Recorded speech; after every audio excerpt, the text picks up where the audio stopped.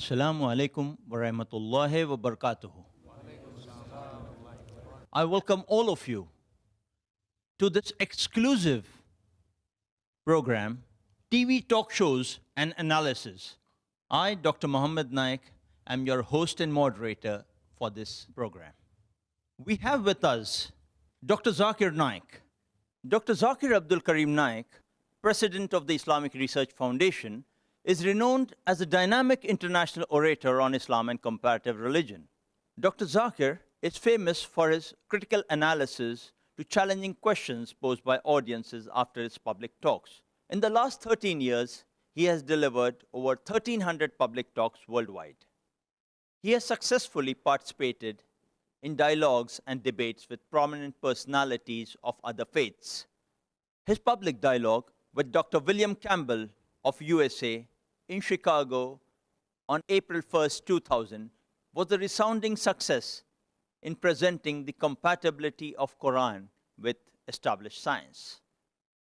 His interfaith dialogue with the famous Indian guru C.C. Ravi Shankar on the topic, the concept of God in Hinduism and Islam in the light of sacred scriptures, held in Bangalore on 21st January 2006, was very well appreciated for propounding the oneness of God Almighty.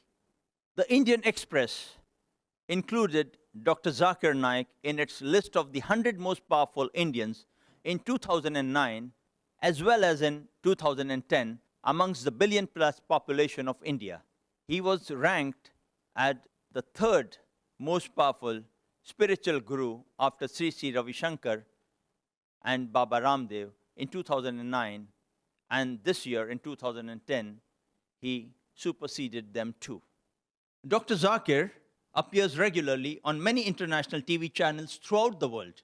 He is the spirit and brain behind Peace TV, which is watched worldwide by over 100 million viewers.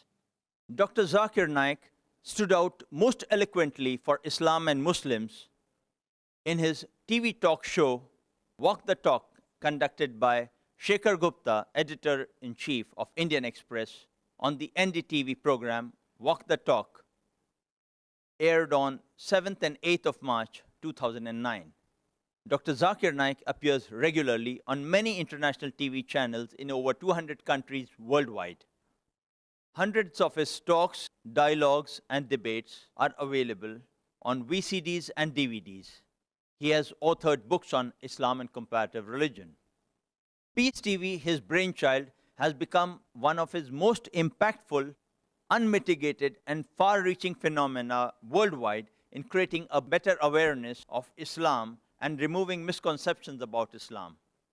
The ever-increasing, over 100 million viewers, avid viewers of Peace TV, are evolving into mass defenders of the true, just, and peaceful Islamic message for humanity at large, and challenging the negative stereotyping of Islam and Muslims worldwide by some powerful corporate media, anti-Islamic governments, and vested interests. As far as our topic for today goes, TV talk shows. A dictionary meaning of a TV talk show is a program during which well-known people discuss a topic or answer questions asked or telephoned in by the audience. We start today's program by asking our guest tonight, Dr. Zakir Naik, directly about the differences of these various talks and the formats they tend to follow. Assalamu alaikum wa rahmatullahi wa barakatuhu. Welcome to our show, Dr. Zakir. Wa alaikum assalam wa rahmatullahi wa barakatuh. It's my pleasure. Our audience here and all over who respect you so much would first of all like to be clear on this concept. What is the difference between a TV interview, a panel discussion, a TV talk show, and a TV talk? Alhamdulillah. Wassalatu wassalam ala rasulillah wa ala alihi wa sahbihi ajmain. Amma ba'd. A'udhu billahi minash shaitanir rajim. Bismillahir rahmanir rahim. Rabbi shrah li sadri wa yassir li amri wahlul 'uqdatam min lisani yafqahu qawli. As far as the difference is concerned between a TV talk or a TV interview or a panel discussion or a TV talk show is that a TV talk is just a continuous talk given by a speaker or a specialist or a celebrity in front of a camera. He has got no audience, he's directly facing the camera, and there's no interruption whatsoever. As far as the TV interview is concerned, it is an interview taken by a host of a celebrity or a specialist in that field. The host asks questions to the celebrity or to the specialist, and he replies to the queries or the questions asked by the host. As far as the panel discussion is concerned, there are a few people on the panel, maybe 2, 3, 4, 5, or many. All of them may be specialists concerning the subject in discussion.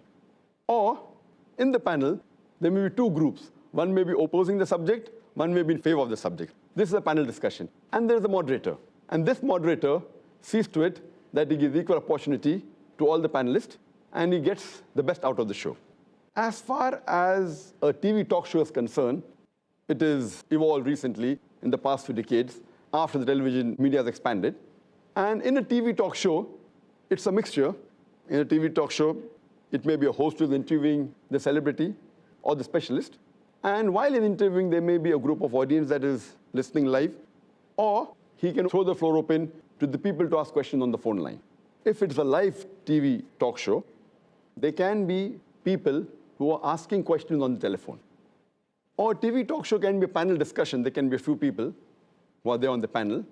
And the moderator, he asks questions to the panelists, whether they belong to the same view or they may belong to opposing view.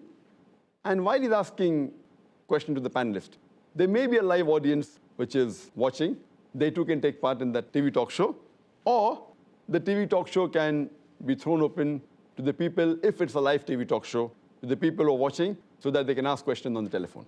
So these are basically the difference between a TV interview, TV talk, a panel discussion, and TV talk shows. Jazakallah for that basic clarification. Do you personally prefer taking part in a TV interview, a panel discussion, a TV talk show, a TV talk, or a public lecture to present your viewpoint, and why? If you give me the option amongst all 6, the best I would like is a public lecture. And second I would like is a TV talk. The reason is because in a public lecture and in a TV talk, there is no interruption. I can present my view without being interrupted, because normally if a host is there or if a moderator is there, there are chances, depending upon the moderator, I may be able to present my view, I may not be able to present my view, depending upon the intentions, etc. I prefer a public lecture and a TV talk as compared to the other 3, 4. If you had a choice to take part in a public lecture or a TV talk, which would you prefer and why? Compared to a public lecture and a TV talk, but natural, I would prefer a public lecture. Because a public lecture normally is in front of an audience. So, but natural, the impact of a speaker is higher. Speaking in front of a camera looks like you're speaking in front of a wall. So I prefer personally speaking in public, giving a live lecture. But natural duration is longer. It can be maybe of half an hour or 1 hour or 1.5 hours. That's much better because in a public lecture, normally I stand. In a TV talk, you have to sit normally, so you can stand and also give a TV talk. And in a public lecture, it is much more interesting because you get the reaction of the audience. So when you get the reaction of the audience, the impact and the presentation of a speaker is better. And today's scientific research tells us that when a person gives a public speech or a lecture, 93% depends on his presentation skills, and 7% is the matter. 7% of the marks of the public lecture goes to the content, to the matter of what he speaks. 93% is the presentation skills, but natural, which involves body language, which involves modulation, gestures, eye-to-eye contact. Because when a person speaks, even his eye is speaking, even his hand is speaking. So I personally prefer a public lecture in which a person can present better. He can see the reaction of an audience as compared to a TV talk which is speaking in front of a camera. Dr. Zakir, you have delivered over 1,000 public lectures worldwide. How many TV talks have you delivered? But natural, the maximum that I've given in my life is public lectures. As far as TV talks are concerned, maybe a few hundred, I don't know the number, but it will be a few hundred, maybe 300-400 TV talks I've given, alhamdulillah. Does that mean that you prefer giving lectures and TV talks only and avoid being questioned? Now, as far as being questioned, I prefer the question and answer better than a public lecture. But being questioned by an interviewer and a moderator is different by being questioned by the public. I prefer being questioned by a questioner.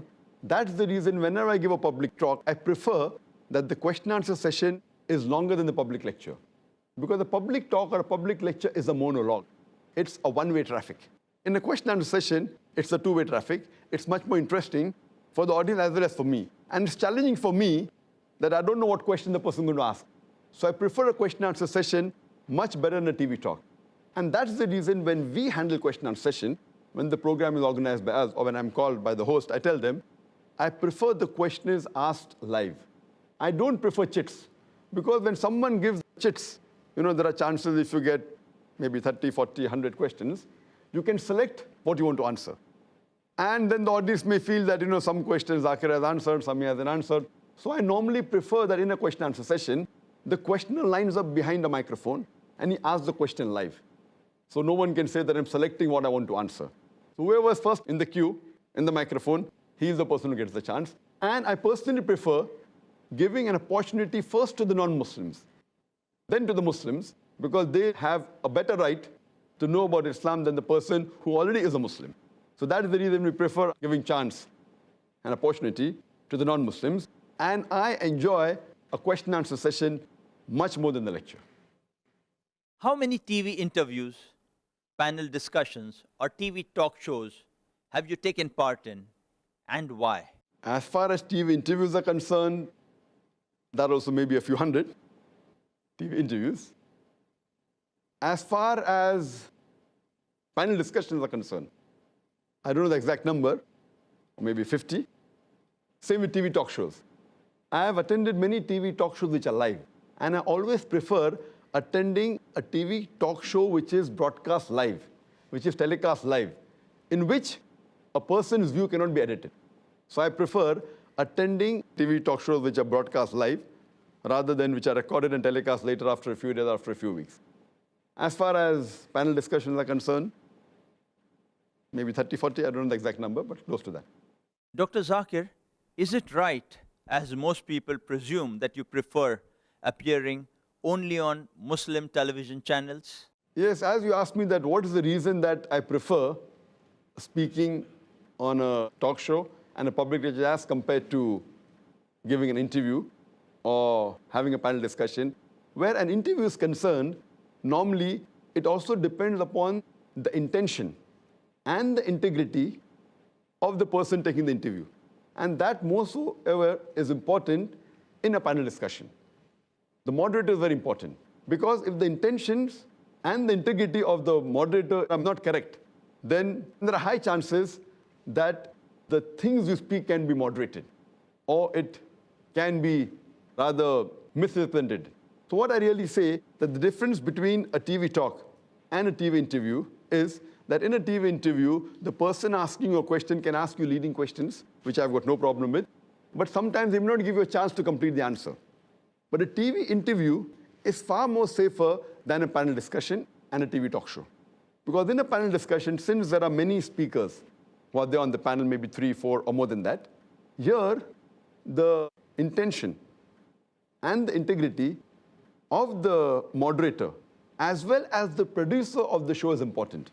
Because if the moderator wants to promote a particular viewpoint which he prefers, he can give more chance to the panelist whose view he agrees with. And there are high chances that he can cut short the answer of the panelist who he doesn't agree with. So therefore, in a panel discussion, when the people are watching at home on the television, if they're not aware of the media, how the media works, they may not know what goes behind the scene. So the moderator can sway the panel discussion. And secondly, it's also important the view, the integrity, and the intention of the producer of the show. Because if the intention of the producer of the show is not correct, and he wants to promote a view, even if on the panel, if there's an expert who can prove the viewpoint of the producer wrong, in the post-production, he can edit the portion which he feels is going against his view. So when you see a TV talk show, you have to keep in mind that what is the integrity and the intention of the producer and the moderator. Because if you doubt the intention of the producer and the moderator and the integrity, what you see finally on the television, in the TV talk show or the panel discussion can be edited. And there are many instances we can give where we can prove that how it can be done. For example, when you're taking an interview and suppose someone asked me that what are your views regarding the policies of George Bush? And suppose if I reply that I do not agree with the policies of George Bush. In the post-production, you can easily edit do not.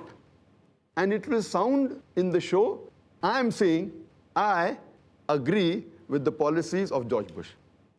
Actually, I've said, I do not agree with the policies of George Bush. But on the show, it will appear that Zakir Naik is saying, by editing do not, I agree with the policies of George Bush. And if a person who's being interviewed, if he does not know the background of the media, and if he's shown his own interview, he may think, okay, it was a slip of the tongue. He may think, okay, by mistake I said, I agree with the policies of George Bush. So if you show his own interview, and if he does not know how the post-production is done, he will think it was a slip of the tongue. Actually, it wasn't a slip of the tongue. So that is the reason the integrity of the producer of the show and the moderator is very important. And this can even happen more in a panel discussion, where what can be done, that parts of the other panelists can be shown along with the person who you differ with. And he can be made to appear that he's agreeing with the view of the producer or the moderator. So therefore, a panel discussion is more dangerous as compared to a plain TV interview. So that's the reason I personally prefer giving a public lecture and a TV talk as compared to appearing on a TV interview or a panel discussion or TV talk show. But between the three, as I mentioned, I would prefer a TV interview because there's less chances of editing. And even after you edit, if you have said everything correctly, there's less chance of manipulation. But if the intention of the moderator or the person who's the host, who's taking the interview, or the intention of the producer is evil, then there's little chance that you can undo it. In a panel discussion, the moderator has more flexibility of putting down the person he wants to put down and uplifting a person who he wants to uplift. So a panel discussion, I personally prefer being out of a panel discussion unless I'm sure that the integrity of the moderator and the person who's conducting the show and the producer, it is honest, and I believe in it. I normally prefer staying out of panel discussions. Jazakallah, Dr. Zakir, for explaining that point. We understand this integrity and intention are very vital for you, but we are ultimately human. We may err in this judgment. Ultimately, it's Allah subhanahu wa ta'ala who is absolute in this kind of understanding. Dr. Zakir, on how many non-Islamic Indian television channels have you appeared on for TV interviews, panel discussions, or TV talk shows? And what is your experience about these appearances? As far as appearing on non-Muslim TV channels for TV interviews, for TV talk shows, the panel discussion, I have attended more of the foreign ones, foreign TV channels than Indian TV channels. Many times in UK, in South Africa, in USA, in many countries, in different parts of the world. As far as Indian TV channels are concerned, as far as my memory goes, maybe I've attended approximately 5. I remember the first one that I attended was a talk show conducted by Farooq Sheikh. And the program was Mard. And the topic of that program was Biwi Ho To Kaisi. You know, that was the first one I attended. And the second one that I remember is I had a panel discussion. It was a live show done by CNN IBN. And I was in the Bombay studios of CNN IBN. And there were 2 panelists from Delhi. That was the second one.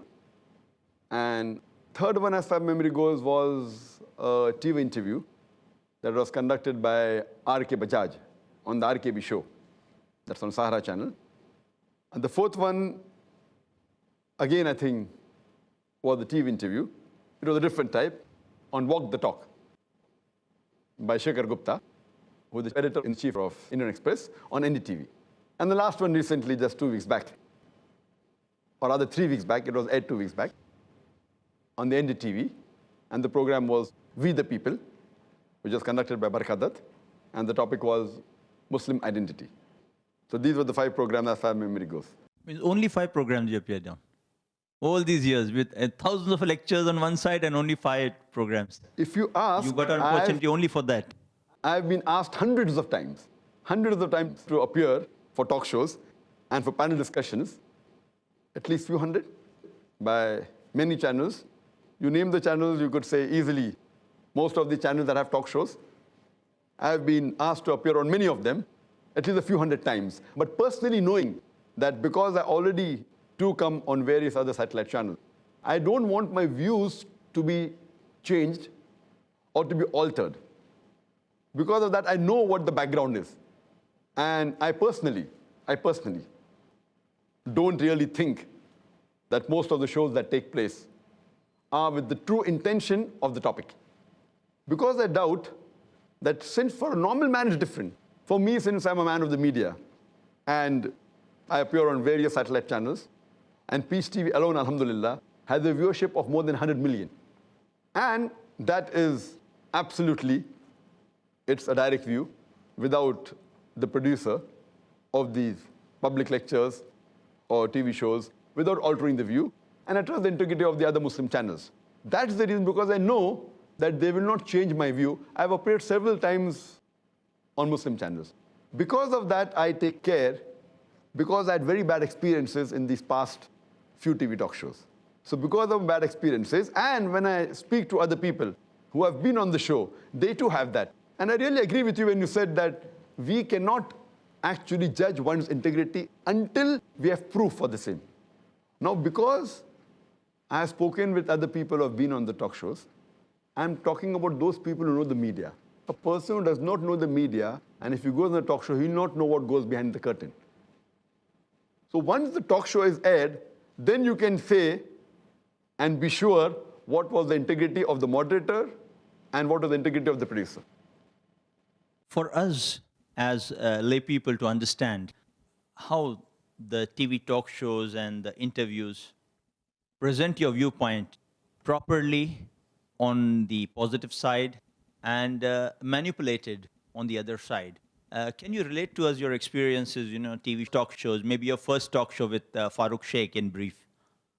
The first talk show I don't remember the year exactly, somewhere I think close to the early part of the 2000 or late part of the 1990s. That was the first TV talk show I attended in India. And as I told you, the program's name was Mard. And the topic of that show was Biwi Ho To Kaisi. And that called a Christian to represent their view. They called a Hindu, and they called myself, and they called an atheist. There were about 4 or 5 people in the panel, and there was an audience like the way we have here. And they asked that how should a woman be, how should she behave, and everyone gave their view, even I gave their view. And when I started speaking, and while I was convinced when I give a reply, but naturally I give with reason and logic. So at the end of the show, the answer that I gave, most of the panelists agreed with it. Initially, they may have differed, but when I gave the reasoning, that's more important for a woman to look after children, look after the home, not that she can't work. As long as work is modest, she can go and work, and all these things. So the show went off very well. And the moderator, Farooq Sheikh, he was a gentleman. And I was very happy that the first show that I did on the Indian television channel, I was very happy, fine. I gave the answer, the audience questioned me, and they criticized me, they attacked me, I gave the reply. Now, when I gave the reply, the other audience agreed with my reply. That's what I do normally in a live question and session. They asked me a question, I give a reply, and I'm giving equal opportunity. And Farooq Sheikh did a good job. But the bombshell came later on.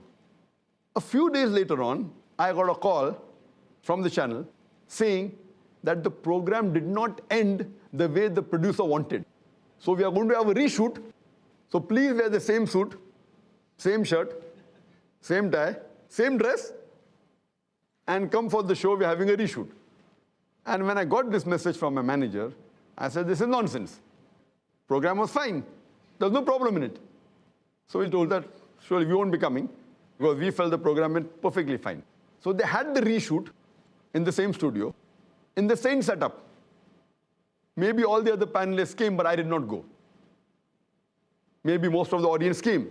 They had a reshoot, and after a couple of weeks, they had that aired on the television satellite channel.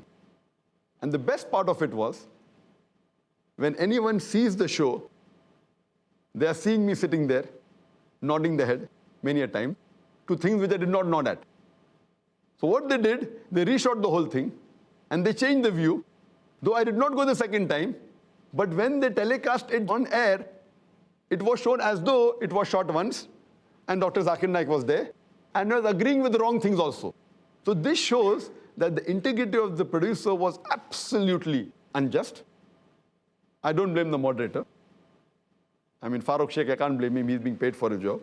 He did a good job initially. What he did next, I don't know, so I can't comment on that.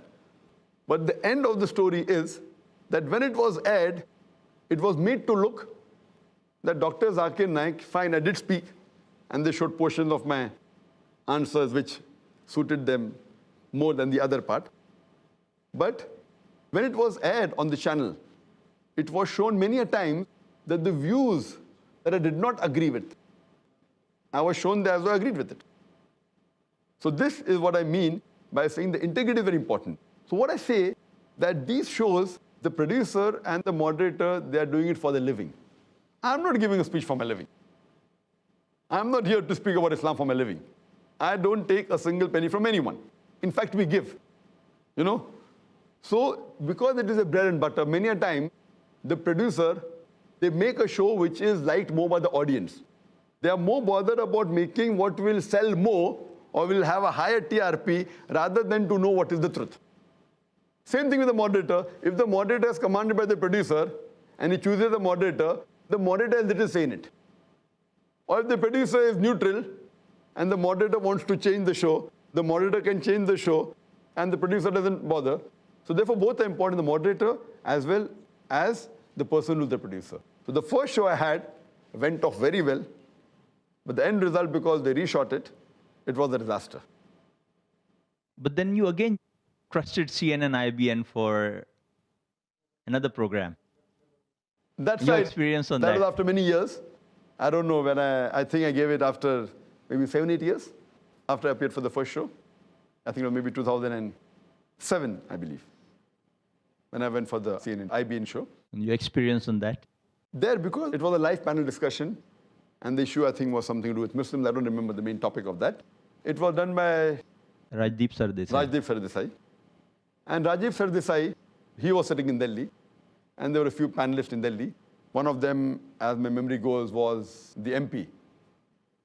I forgot the name, who was the editor of the Muslim India. Syed Shahabuddin. Syed Shahabuddin, correct. Syed Shahabuddin was there, and there were other couple of people in Delhi, and I was alone in Bombay. That too was not a good experience because I was hardly allowed to speak only twice. And when I said something, it wasn't heard there because the microphone is in their hand. So though it was a live show, I could only speak when I was allowed to speak. See, normally in a panel discussion, live, when I speak, the microphone is on, no one can cut me. But here I was in Bombay, they were in Delhi. And I was hearing from the headphone, which was through a mobile, I think, I don't know. So there were questions asked, though it was a live show. It was a live show that was telecast live, but because of this problem that my microphone didn't work until they pressed the button. So there too, it was not a good experience. But because it was live, it didn't do much damage. Only thing that, fine, Dr. Zakir Naik didn't say much or wasn't given an opportunity since it was a live show. It was being telecast live. Because of that, I felt that there wasn't much damage except that I was not given enough opportunity. They say twice hurt, third time shy. But then again you jumped into the ring. You went in and you appeared on the Rashtriya Sahara's RKB show. And its host, RK Bajaj, most people believe he is usually very critical about Muslims. That's what I understand. Why? The reason I jumped for the third time was, it was an interview. The first two, the first was a panel discussion or a talk show with the live audience. They will telecast later on. The second was a live telecast. So both were bad experiences. The third was the TV interview. Now, as I mentioned earlier, that in a TV interview, less damage can be done, but damage can be done. So initially I refused, but when I came to know it's a live telecast, then I thought, fine, the damage that can be done is less. They cannot edit my speech. So because it was a live telecast, and whatever that I was saying in the studios of Sahara, it was going live, I did not mind attending it, even though it was RKB. And I should say that though Mr. R.K. Bajaj did ask questions and tried to promote a view which he knows will create differences in the Muslim audience, and he did ask certain questions, but because it was live, overall the show was good, because I could answer what I wanted to answer, and there was no editing post-show. So based on that, I went for the RKB show the third time. And then last year, we had Shekhar Gupta, the editor-in-chief of Indian Express, interviewing you on his very famous show, Walk the Talk. Was it because you were selected among the 100 most powerful Indians by the Indian Express? 100 most powerful Indians? That, or is some other reasons you agreed to go on his interview? And what was the experience there? See, normal my answer when anyone wants to take my interview. Fine, as you asked me, Indian channels have appeared. These are the exclusive TV interviews I'm talking about. There are many snippets I've given to various other Indian channels, which I used to give earlier on ETV Urdu and many other snippets, asking my view on certain issues. Even that has stopped now. Because when I give an answer for 5 minutes, they edit 1 minute and show. So besides these 5, I've been on many other Indian channels. But mainly these are small comments on certain issue taking place, whether it be on education for Muslims or whether such topics. Coming to this, why did I accept the interview? Especially because Shekhar Gupta puts many a prime minister and top leaders of the world in a very hot seat. That's why we're asking you this special question. So the first time when they asked me to appear for the interview, my answer was no.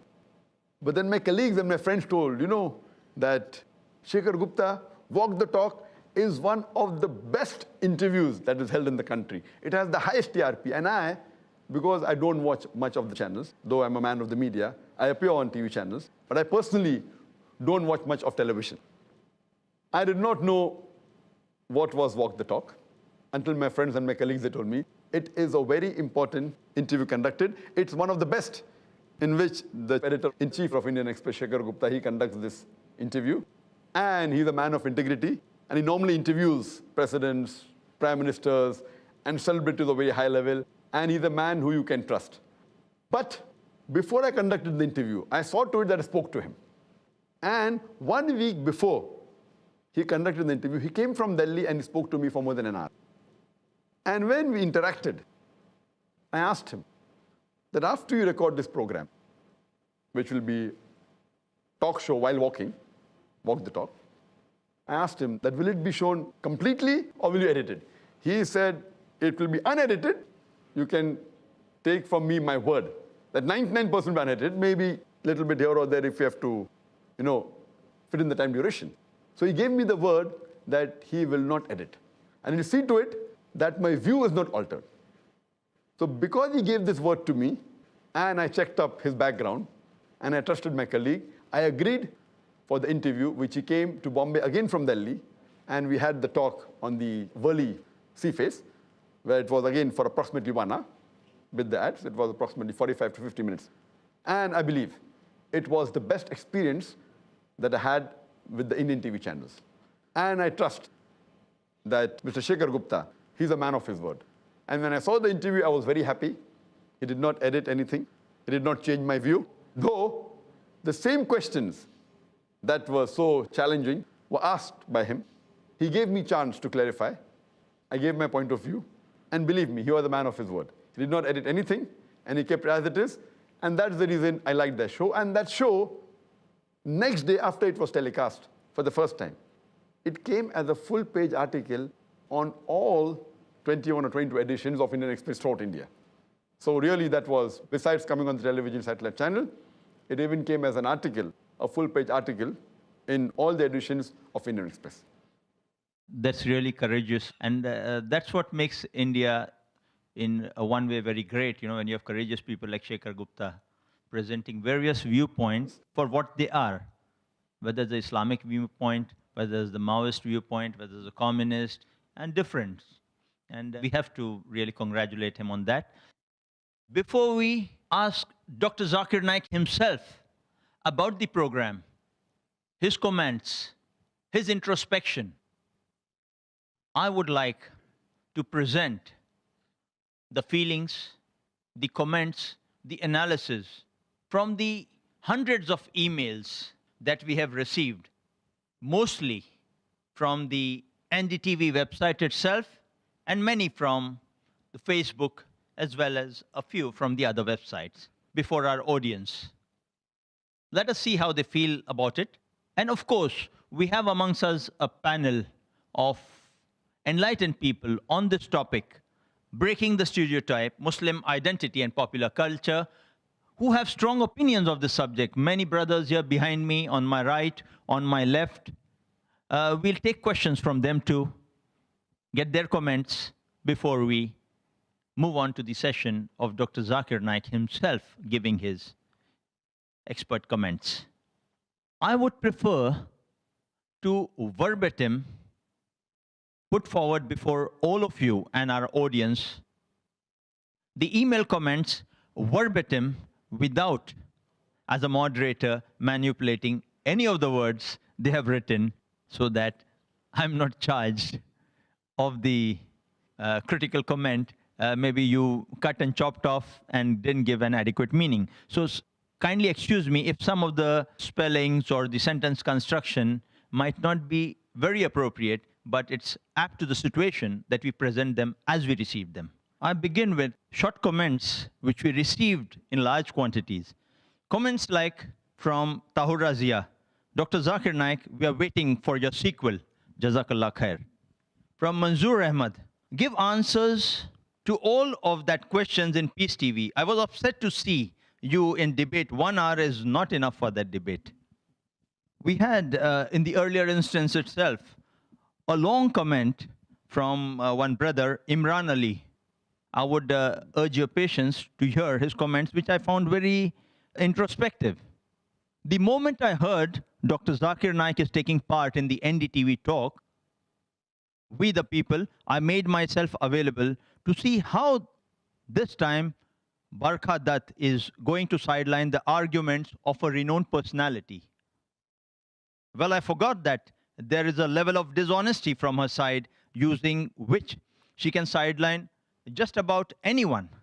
As expected, he was not given enough chance to speak, and the focus was completely on Shah Rukh Khan of Bollywood. Not just that, second person who got the chance to speak more was Karan Johar. Dr. Zakir Naik needs to understand that such shows are meant to just punch each other's arguments with a single liner. One cannot try to explain big concepts in just few seconds.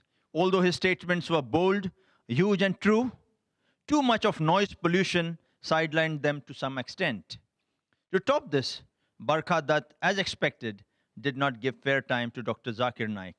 This was clearly evident. But hold on, that's Dr. Zakir Naik. He just doesn't walk away without really sparking a thought process in people's mind, irrespective of how much time he's given. And as I thought, he did the same. If you carefully observe his statements, they tickled the brain of the viewers who would later go and check its authenticity. He knew there were millions of people watching the show, including viewers who don't watch Peace TV. And he took this as a golden opportunity to ignite the spark of reinvestigating the 9/11 attack, which was the origin of this entire concept of terrorism and Muslims getting stereotyped. He clearly informed there were 75 DVDs released of top American analysts and professors who proved that 9/11 was an inside job. He also quoted two websites' names before Barkha Dutt cut him off. He quoted http 911truth.org and one more site name which slipped my mind. People would surely go back and check these and hence find out the truth for themselves. So even though time given to him was not fair, he completed his job. He made the following punchlines. There is nothing called moderate or liberal Muslim. There is only practicing Muslim, partially practicing Muslim, and non practicing Muslims. It is the duty of a Muslim to tell others about the truth of Islam. Blaming Osama bin Laden or Taliban to be terrorists based on CNN and BBC versions is wrong and unfair.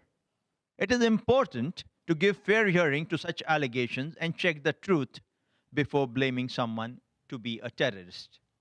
The videos shown are nothing but morphed, which generally the media is good at. 9/11 was an inside job and cannot be performed by Arabs. Physical appearance, beard, cap, etc., do not come under the 70 major sins of Islam. So there are more important things over and above the physical appearance in Islam. But to follow complete Islam, physical look also is important. These statements were more than enough to make people think twice about their stance. Shah Rukh himself was carefully listening to these arguments and looked impressed. That's my observation. Maybe I'm wrong. Also, he boldly spoke out the truth without fearing anyone. Unlike others, his confidence showed his trust on Allah and how he can go to any limit to speak the truth without fearing anything. Based on this email on the website by Imran Ali, we had responses which are interesting too of one or two other brothers. Mustafa Hussain responds, "May peace, mercy, and blessings of Almighty Allah subhanahu wa ta'ala be on all of you. Today, I happened to see the program We the People, in which all the Bollywood people were there, along with Brother Zakir. And I'm totally unhappy to tell that the media once again played double standards. Barkadat, supposed to be a generalist, forgot the rights of time allotment.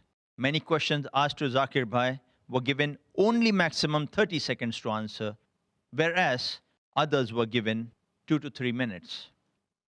All the answers to the questions were interrupted by others to cut down Brother Zakir's answers and get it out of context. Just see the double standards of the media. I request all the people reading this message to stand up and do the best to stop this evil, as there is a Sahih Hadith that whoever sees the evil around him should stop with his hand. If not, then tongue. If not, at least by the heart. This is the lowest level of Iman. According to me, these media people have cheated Zakir Bhai, or else he wouldn't have accepted those sort of rules. However much people try to suppress Islam, inshallah, by the will of Allah subhanahu wa ta'ala, it will grow more than that, inshallah. This comment was followed by another brother, Brother Naveed. He says, Allah is always with the truth. This media themselves show that they were wrong and not true people. As Allah said, truth stands out clear from falsehood.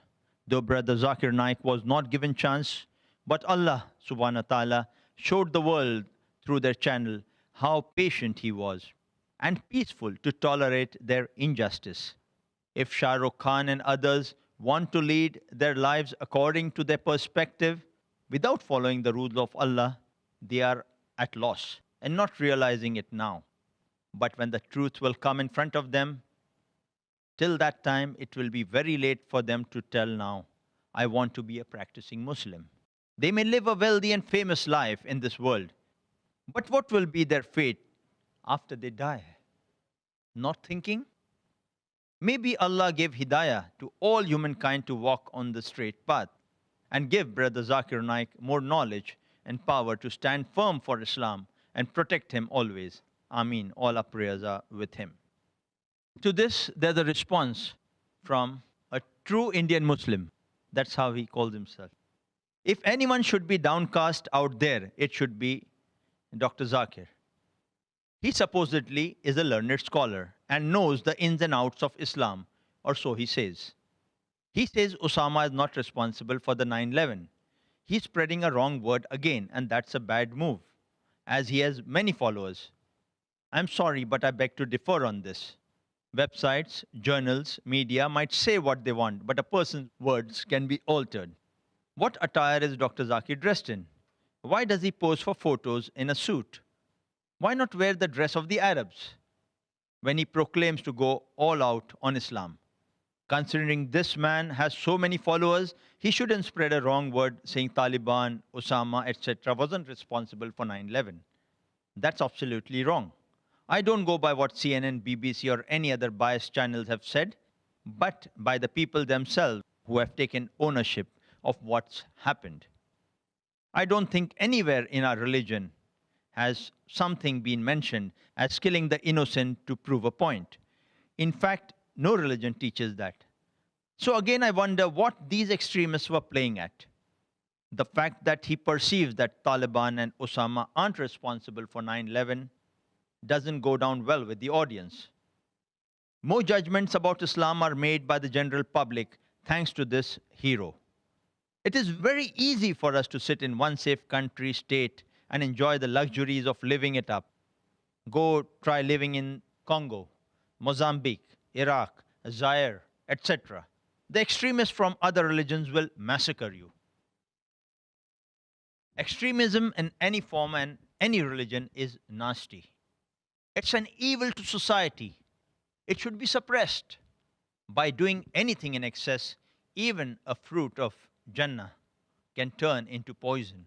By writing this mail, I didn't mean to hurt anyone's sentiments.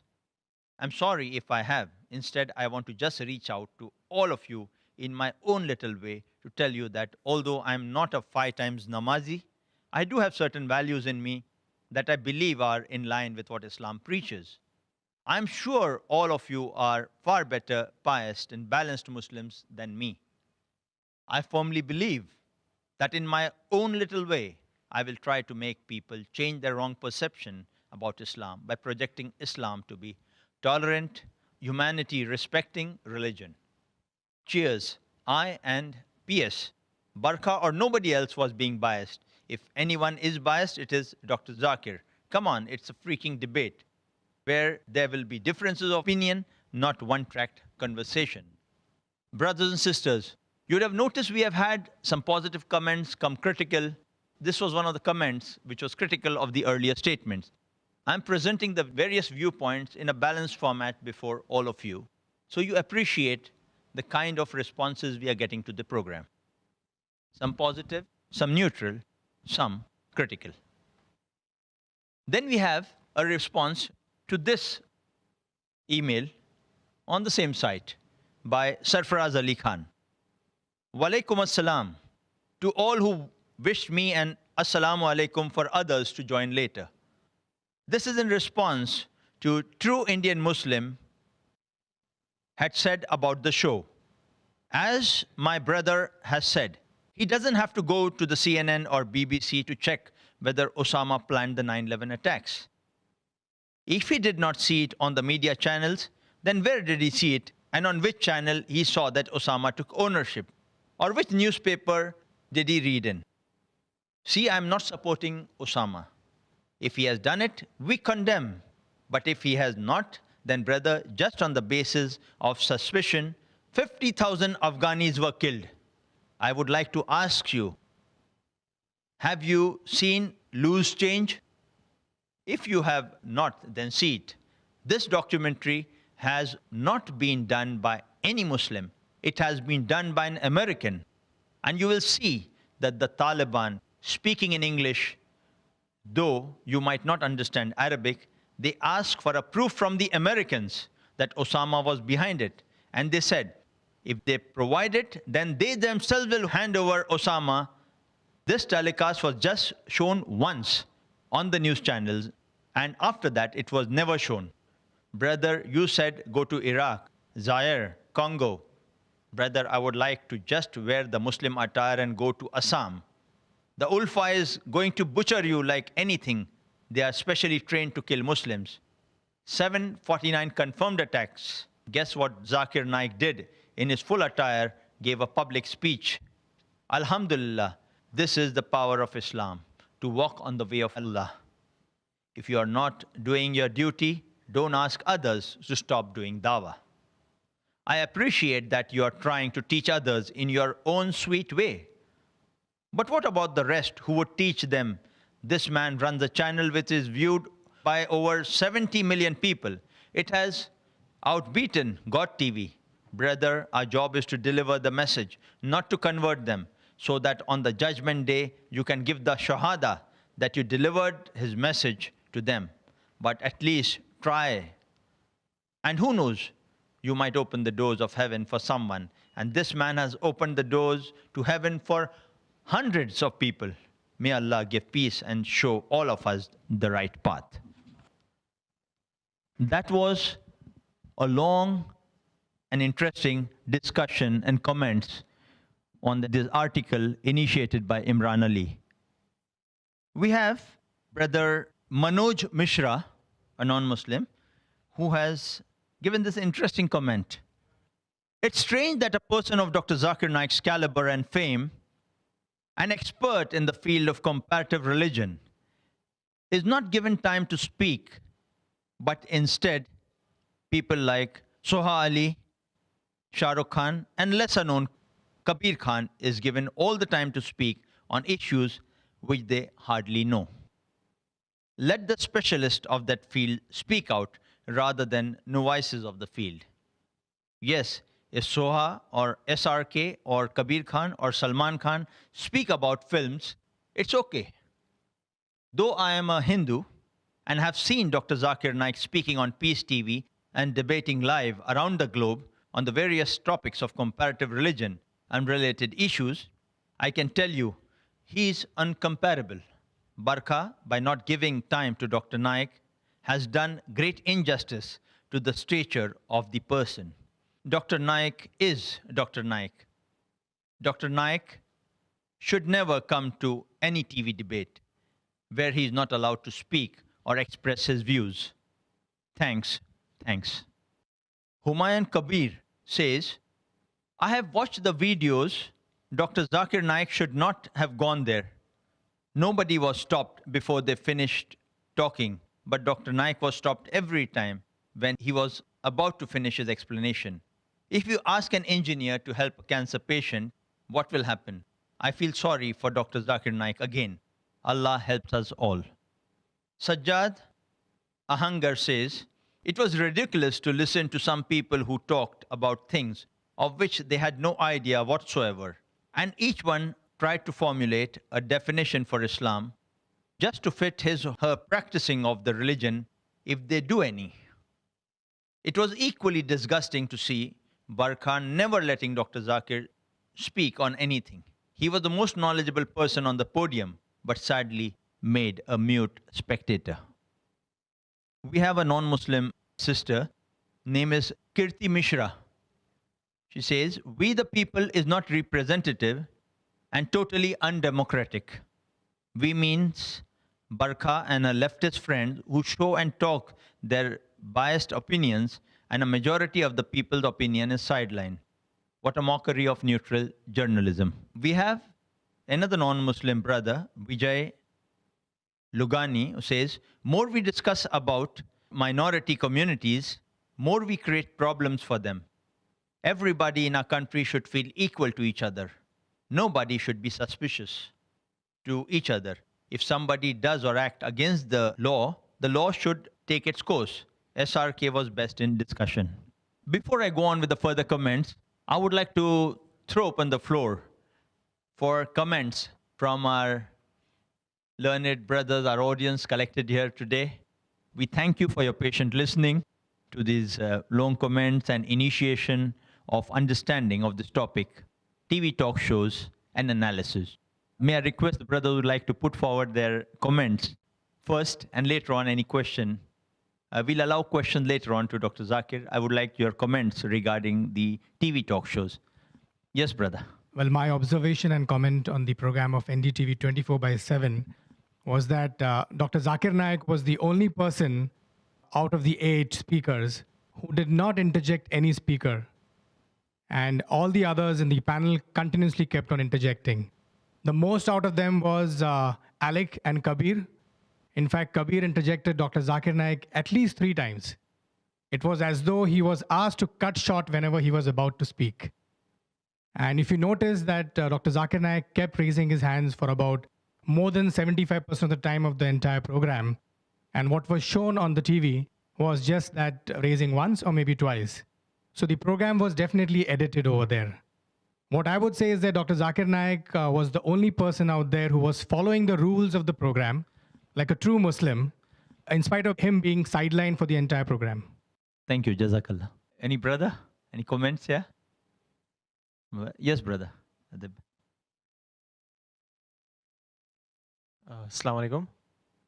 After I watched the program, I feel that Barkhadat, she made it clear that she did not want Dr. Naik to clear his viewpoints. And she purposely, she asked the controversial question of Osama bin Laden. And when Dr. Naik, he tried to clear that by saying that we can base our opinions on the news of BBC and CNN. So she cut him down and she disagreed with him. Whereas on the other side, when Karan Johar, he narrated an incident which inspired him to make the movie My Name is Khan. And he said that he saw a bunch of people, a bunch of educated people. Some of them were even passed out from Oxford University. And he said that they were saying bad things about Islam. And Karan Johar said that how can someone go against the Muslim community just basing their opinions on some information which the New York Times gives or the media or the news. At that time, Barkhadat, she agreed with Karan Johar. So over here, we see the double standards of Barkhadat. One side, she disagreed with Dr. Naik, and the other side, she agreed the viewpoint of Karan Johar. So I, being a fan of Dr. Naik, I feel very offended that Dr. Naik did not get a chance to clear his viewpoints. And I really look forward that Dr. Naik comments on this issue. Yeah. Inshallah, we'll ask Dr. Zakir. But before that, we'd put the floor open for more comments from our audience. Any brother? Yes, brother. Can we have your name, and profession before you put forward your question? My name is Mohsin Khan, and I'm a freelancer. When I got to know that Dr. Naik had been to We the People show with Barkhadat and Shah Rukh Khan, I just bombarded it on the internet like anything. I had a SMS group, Facebook, fan pages, and all, and I bombarded it like anything. I know a guy from Pakistan. His name is Fareed Ahmed. He told me that, "Are you sure Dr. Naik is going to come on NDTV? Because I've sent lakhs of messages on Pakistan so that people will be watching it." So I said, "Yeah, this is I have got to know, and there is surety." But after watching this program, it was like, oh my God, why Dr. Zakir Naik even accepted it?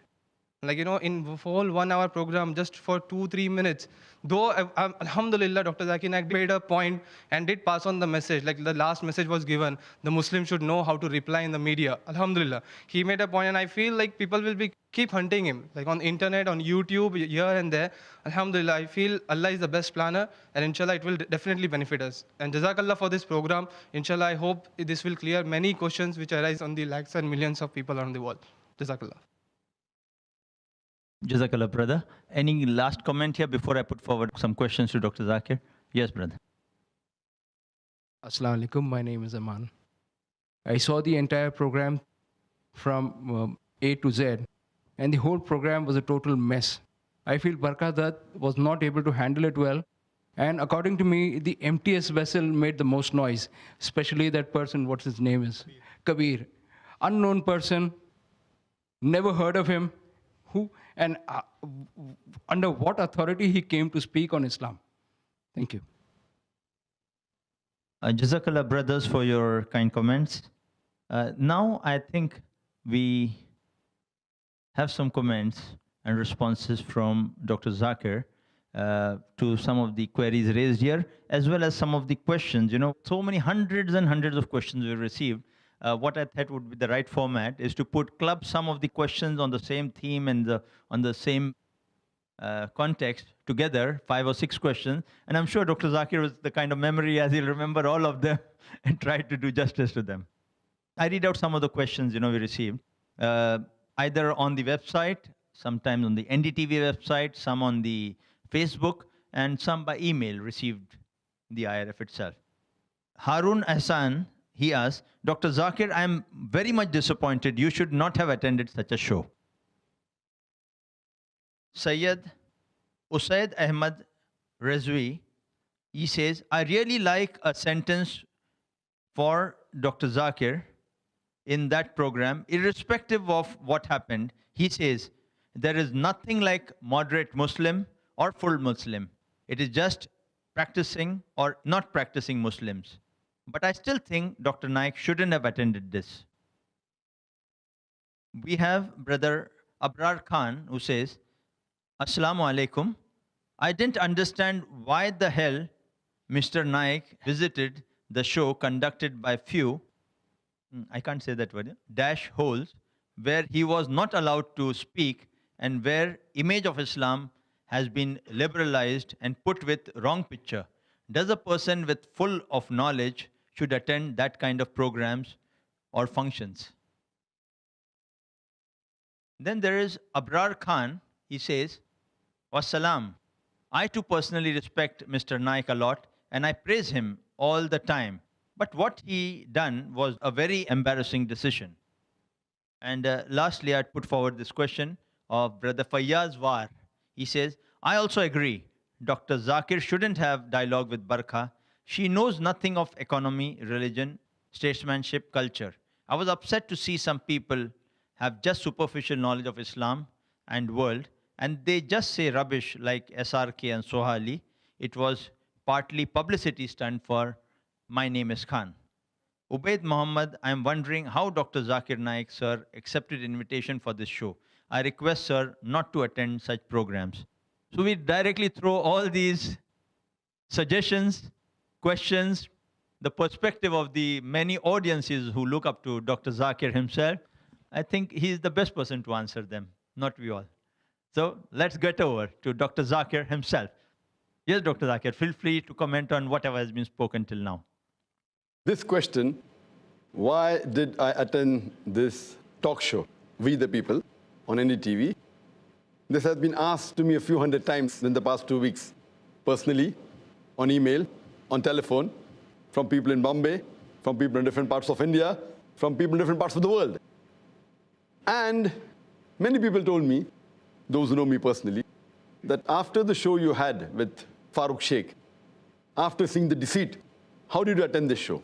And after the show that I attended with Farooq Sheikh on Mard, though I don't blame him, I blame the producer, I always had a condition. As I mentioned earlier, I received a few hundred invitations in the past couple of years. A few hundred, maybe 1,000, from different channels in India, asking me to attend TV talk shows, panel discussions, chat shows. And I put the condition that it should either be live and unedited, or let us have our own camera crew of at least 6 to 7 cameras to shoot the talk show, so that if you edit something, we'll show it live on our channel. And when the first time I received the invitation for the talk show on NDTV We the People, I wasn't there in the country, so it was refused. When they again approached, then I put the condition that we want to have our cameras on the talk show, and it was agreed by the coordinator who was coordinating and calling me for the show. So my manager, Maqbool, he said, if you allow us to have our cameras on the talk show, then Dr. Naik will come. And he said, that won't be a problem. He readily agreed. So I said, no problem. If they do some editing, then surely we can air the unedited version on the other channels. So that was the reason that I decided to attend this talk show. But unfortunately, just one day before the talk show, the coordinator told me that, Brother Zakir, you know, we're having the program in Taj Lands, and when I spoke to him personally, and the place is so small, we're already having our 6 cameras, and you being a man of media, you know how difficult it is to accommodate more cameras. I knew this is just an excuse. I'm a man of media. In that Taj Land, I can accommodate more than 12 cameras. This place is smaller than Taj Lands, and here we have 9 cameras. Taj Lands, 5-star hotel, is multiple times bigger than this. When here we can have 9 cameras, why can't we have it there? So I knew it was just an excuse, but then I asked a condition, that will you give me an unedited version of the complete show on a digital Betacam format, or DVCam, whichever we're shooting on. I'm not aware whether NDTV shoots on digital Betacam or DVCam, but we normally shoot only on digital Betacam or something better. So he told me, yes, Dr. Zakir Naik, that I can do. I'll give you an unedited version immediately after the show, which is of broadcast quality. And with this condition, I attended the show.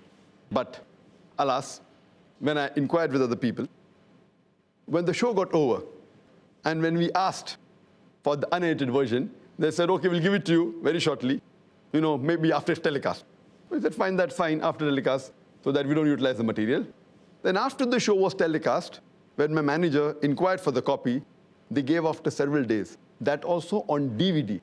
And it wasn't an unedited version. It was the same edited version which was shown on the television. What is the use of giving that? We already have recorded that. And initially when I attended the program, people told me that Barkha Dutt, she's very challenging, she's outspoken, and she has a ways in trying to make a person say what she wants to say. But I said, no problem, since the show will be unedited with me, there's not a problem. And with that intention, I went for the show. And though I know that she did give me less time, initially, the coordinator asked me to come on the show. I asked, how many people are there? So he told me, there's Shah Rukh Khan, Karan Johar, Alik Padamsi, and he said, Maulana Madni from Kerala. So I said, Maulana Madni from Kerala? I don't know any Maulana Madni from Kerala. I said, I want to know the full name. Then he said, no, I'm sorry. It is Maulana Mahmood Madni from Delhi. Oh, I know the person, mashallah, he's a close friend of mine. So I said, fine, since there are 4 panelists and I'm the 5th one, seeing the situation, the more the number of panelists, the less chance a person gets, even if it's divided. But unfortunately, when I went on the show, I saw there were additional 3. Besides the 4 he mentioned, there was Najib Jung. I met him for the first time, the Vice Chancellor of Jamia Millia from Delhi, and Kabir, who I was told is a film producer or film director, I'm not sure, and Soh Ali Khan. So 3 additional panelists, so it became 8.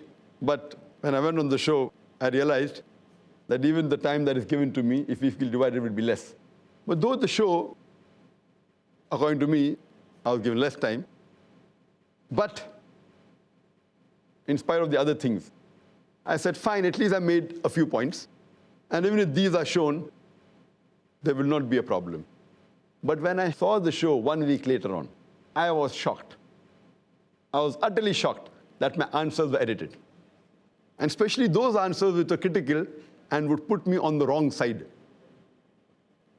That's the time I said that the intention of the producer of the program and the intention of the moderator has to be verified. Because the answer that I gave on Osama bin Laden, most of the people who see me on the television, they know it very well. I don't want to repeat the answer. But when I mentioned that irrespective, whoever has done the 9/11 attack, whether it's George Bush or Osama bin Laden, whether Muslim or non-Muslim, whoever has done it should be condemned. That part was edited. So when you edit a major portion of it, the act has to be condemned. If you don't know the person, you cannot blame a person without proof. So I condemn the act irrespective of whoever did it. So when that part is edited, it shows as though I'm a supporter of Osama bin Laden. I'm neither a supporter, neither I'm against him, because I don't know. And as brother rightly said, when I'm telling I don't know because I cannot base my view on BBC and CNN, Barkha Dutt says, come on, Dr. Zakir, as though I'm telling a lie. Same thing Karan Johar says, that he got angry at about 6 non-Muslims, 3 of them who are investment bankers, 2 of them Oxford University graduates, when they speak against Muslims, and he said, how can you blame the whole community just on news, got on New York Times and news channel? She says, yeah. So this shows the double standards, and rightly brother said, that when she's agreeing with Karan Johar who says, you cannot base your views on New York Times and news channels, and when I say I cannot base my views of Osama bin Laden based on BBC and CNN, she immediately interjects, and she's cutting me down. So this shows the intention that the moderator was biased. She was not truthful. So that's the reason the whole show, what I thought at least that make my point, I did not expect her to be so unjust, and the producer, that they cut my answers. And they did not do it once, they did it several times. One more answer when I gave, when Najib Jung, when he said something, and I said that counseling is allowed, and I said that if a person doesn't have drug, and I tell him don't have drug, then the person will agree with me. This part they should. But when I said later on that I being a doctor, if I am a doctor and I give advice to a patient because that person considers me to be an expert in the field of medicine, then people agree with me. When someone considers me to have knowledge on Quran, but when I give the advice on Quran, they don't follow. So this portion of doctor's analogy was edited. So why do they edit? So this shows that to attend a talk show, you may be an expert, but if the intentions of the moderator and the producer are not right, even the best person to appear on a talk show, he can be showed on the other side. He can be showed in a negative way. Because as I said, you can edit, you can cut. Therefore, the best is to go on a live talk show, which is aired without editing, or you have a moderator and a producer of the show who are not biased and truthful and honest. Like example, the NDTV interview done by Shekhar Gupta. I really admire the person. He may have disagreed with some of my views, but he was honest. So looking back at it, because we put the conditions, I went on the show. And when I put these conditions to many other channels, they refuse, saying we will not allow. But NDTV, at least this show, we the people, I think they went a step further by saying we agree, and one day before disagreeing and promising us to give an unedited version, which they have not given. So I feel the intention, what I thought, I trust in NDTV. As a whole, I don't blame them, because the earlier program they had of mine was fantastic. But this maybe the producer is different, and the moderator is different. They aren't the same as Shekhar Gupta. So, but looking back again, when I saw the show, I was initially very disgusted that I should not have gone on the show. Later on, I told my staff, at least take my portion and let me see how much I've spoken. So one of my staff, he took out all the portion, and it was 6.5 minutes. 6.5 minutes! I was happy. But then I realized in that 6.5 minutes, 2.5 to 3 minutes was spoken by Barkhadat. I spoke for only 207 seconds. I did a calculation, coming to less than 3.5 minutes. And this is what I felt. But when I saw the portion of my portion only, even if they've edited it, yet, as Allah says in the Quran in Surah Isra, chapter 17, verse number 81, وَقُلْ جَاءَ الْحَقُّ وَزَاقَ الْبَاطِلِ إِنَّ الْبَاطِلَ كَانَ زَهُوقًا. When truth is heard against falsehood, falsehood perishes. For falsehood is by its nature bound to perish.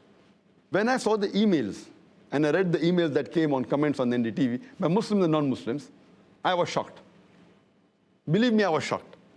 Out of the emails I read, 2/3 were either telling that Dr. Zakir Naik did not get enough time, either they're speaking against Barkhadat. That means on the positive side, that they could see through, maybe because they know my answers or they're aware of my speeches. So I was happy that 2/3 of them, the emails that I read, because maybe they've seen these people, maybe my fans or whatever it is, or they've seen me, the non-Muslims, the Muslims. That is the reason they did not appreciate the way it was conducted. Out of the balance 1/3, half of them were neutral, half of them were critical, saying that, see, Zakir here, you know, he didn't get a chance, so they're happy about it. But overall, I feel, even what they have done, as Imran rightly said, the message, the major point for put across, what is the definition of a Muslim? There's nothing like moderate Muslim, either practicing, partially practicing, or non-practicing Muslim. So these points about the various things that are spoken in the media, at least I made a point, and those who were intelligent got it. So alhamdulillah, irrespective of what happened, I feel whatever happens, happens for good, and Allah subhanahu wa ta'ala is the best to make his message spread. Jazakallah khair, Dr. Zakir, for your elucidative comments on what all we received by email and the comments from our brothers here. We continue on with this discussion on TV talk shows and analysis. I present some more of the emails and website comments we have received. There's one brother, Zahid Malik. He says, NDTV wasted precious time of Dr. Zakir. There is Waqas Sheikh Muhammad who says, Dr. Zakir Naik had too much patience. I would have said directly to the host that you did not give me enough time to speak in front of everyone. As far as that comment is concerned, that you did not give me enough time to speak, has been told to me, many of my friends said, that Dr. Naik, you should have said on the show that please don't edit this. You should have said on the show. And you have not given me enough time. But maybe that would have been edited too. That's correct. So that's what That I said, that statement. if I would have said that, that means I'm falling in the trap. Because I know the media, so that person being a no voice, many of my friends, they told me, you should have openly said in the show that don't edit this portion and give me enough time. So what they would have done, they would have showed that portion, that don't edit this portion and give me enough time, and yet edited the other portion. So it would have looked that they are very honest. They are even showing that portion where I mentioned don't edit, though editing other parts. And even showing that portion, give me enough time. So what we realized that me being a man of the media, I did not fall into the trap. I didn't make that comment. But these people may not be knowing how editing can be done in the post-production. That's the reason I do appreciate the comment. But I, being a man of the media, I avoid falling into the trap which they have laid. We continue with the comments. The next brother, Brother Muhammad Iqbal says, why don't you call only Zakir Naik Bhai to know about Islam? He will let you know everything, whatever you all want. This is my challenge. Inshallah, he'll answer all your questions with authentic sources. So let's see what NDTV do next. The sister Tahira Sarwaru says, you people just wasted Dr. Zakir Naik's precious time. I think a similar kind of comments we received from many of the websites and emails. Then Adil Ayub says, that was expected. Filmmakers, government-employed clergies were trying to explain their own Islam, while as Dr. Naik was totally sidelined. That was quite clearly a drama which was manipulated professionally by Barkhadat. Then we have Abdullah Baisa, who says, Brother Zakir is a wise person, that he attended and he was smiling all the time. May Allah protect him and give hidayah to others. Ameen. We have Brother Mushafiq Sultan. He says, this program was a campaign against modesty and a campaign for immodesty and rebellion against religion. A useless program. They bought Dr. Naik to increase their viewership and they all joined to pounce on him. Sayyid Ahmad says, don't judge on what you see. How do you know that she hardly knows anything? We should not speak about others when we were not sure that what Dr. Naik said yesterday. Sobu Monu says, he's a man of wisdom and knowledge. Dr. Zakir Naik is the most knowledgeable scholar of this era. His personality and knowledge about Islam and other religions is so concrete and authentic that everyone is compelled to listen to him and have put so many people around the globe on Sirat-e-Mustaqim. And we have candid comments from Brother Adil Azim. He says, hi Barkha, I was a fan of you, but you let me down. You were biased. Were Dr. Zakir Naik and Maulana Madni called just for publicity of the show? They were not given a chance to speak. You want to know about Islam and Muslims from people who are not experts in Islam? If you think that Shah Rukh Khan and Soa Ali Khan represent Muslims of India, then I must insist you are wrong. I would reiterate the hadith. Asim mentioned Hadrat Salma radiallahu ta'ala anha narrate that Rasulullah sallallahu alayhi wasallam said, that time will also come upon the people when the truthful will be condemned as liars, and the liars will be regarded as truthful. People with dishonest occupations will be regarded as upright people, while upright people will be condemned as criminals. People will come forth uncalled to give evidence for a fee, and people will take oaths, false, without it being called for. One suggestion, try to know about Islam from Quran and experts. We have Sister Shamma Ghosh saying, your program, We the People, was useless, not worth watching. Dr. Zakir Naik was not given any chance to speak and was deliberately interrupted. Barkha was really not interested in knowing about the Muslim identity. All she was busy was in cutting off Dr. Zakir Naik's comments and not letting him complete his point of view. All the focus was more given to SRK. It was completely a promotional platform, an event built by NDTV to promote his film, My Name is Khan. 90% of the time was given to fools who don't know what Islam is. We have interpreted comments from Sister Shumaila Siddiqui, who says, the show was totally unfair. Burqa didn't give much chance to Dr. Zakir to speak. It was more for the publicity of My Name is Khan than knowing about the Muslim's identity. Burqa interrupted Dr. Zakir again and again and didn't let him clear his points. When Shah Rukh has himself said that he doesn't know much about Islam, then it is foolish to ask him anything about Islam. It's like you are asking a driver about heart problem. Even in the end, Dr. Zakir was not given chance to make the final statement. Burqa skipped Dr. Zakir and moved towards Soha. Then by themselves raised the issue of a beard and a cap, and then Shah Rukh said that we should not go for how does a Muslim look like, we should go for how does he feel. So if you didn't want to know that how should Muslim look like, then why did you people raise the issue of a beard and a cap? Again, a foolish act. It was the waste of the precious time of Dr. Zakir. That show was useless. We have another sister, Reshma M., who says, I was truly disappointed from this discussion. Having renowned people like Dr. Naik and not being able to bring his points to the audience was disappointing. And when he did speak, he was sadly cut off. He's, after all, a well-learned scholar. But SRK and SOA and likewise people were given more than necessary spotlight of the whole talk. To the extent that they look like the show was more based on MNIK and such matter and what the actor thought of what should be done and what not. The show was a big disaster, and all that they did succeed in was to reconfirm my belief that how much ever people try to be open-minded, they can never accept Muslims with their whole package. Whether it be the skull cap and hijab or just merely verses of the Quran. And yes, I agree with Dr. Naik. There are either practicing Muslims or just plain hypocrites. And as far as hijab goes, all I have to say to everyone, who's got a problem, back off.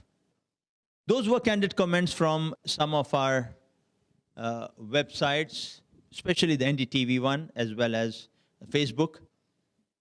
We begin this continuing session with questions from the audience. Our brothers collected here to Dr. Zakir Naik.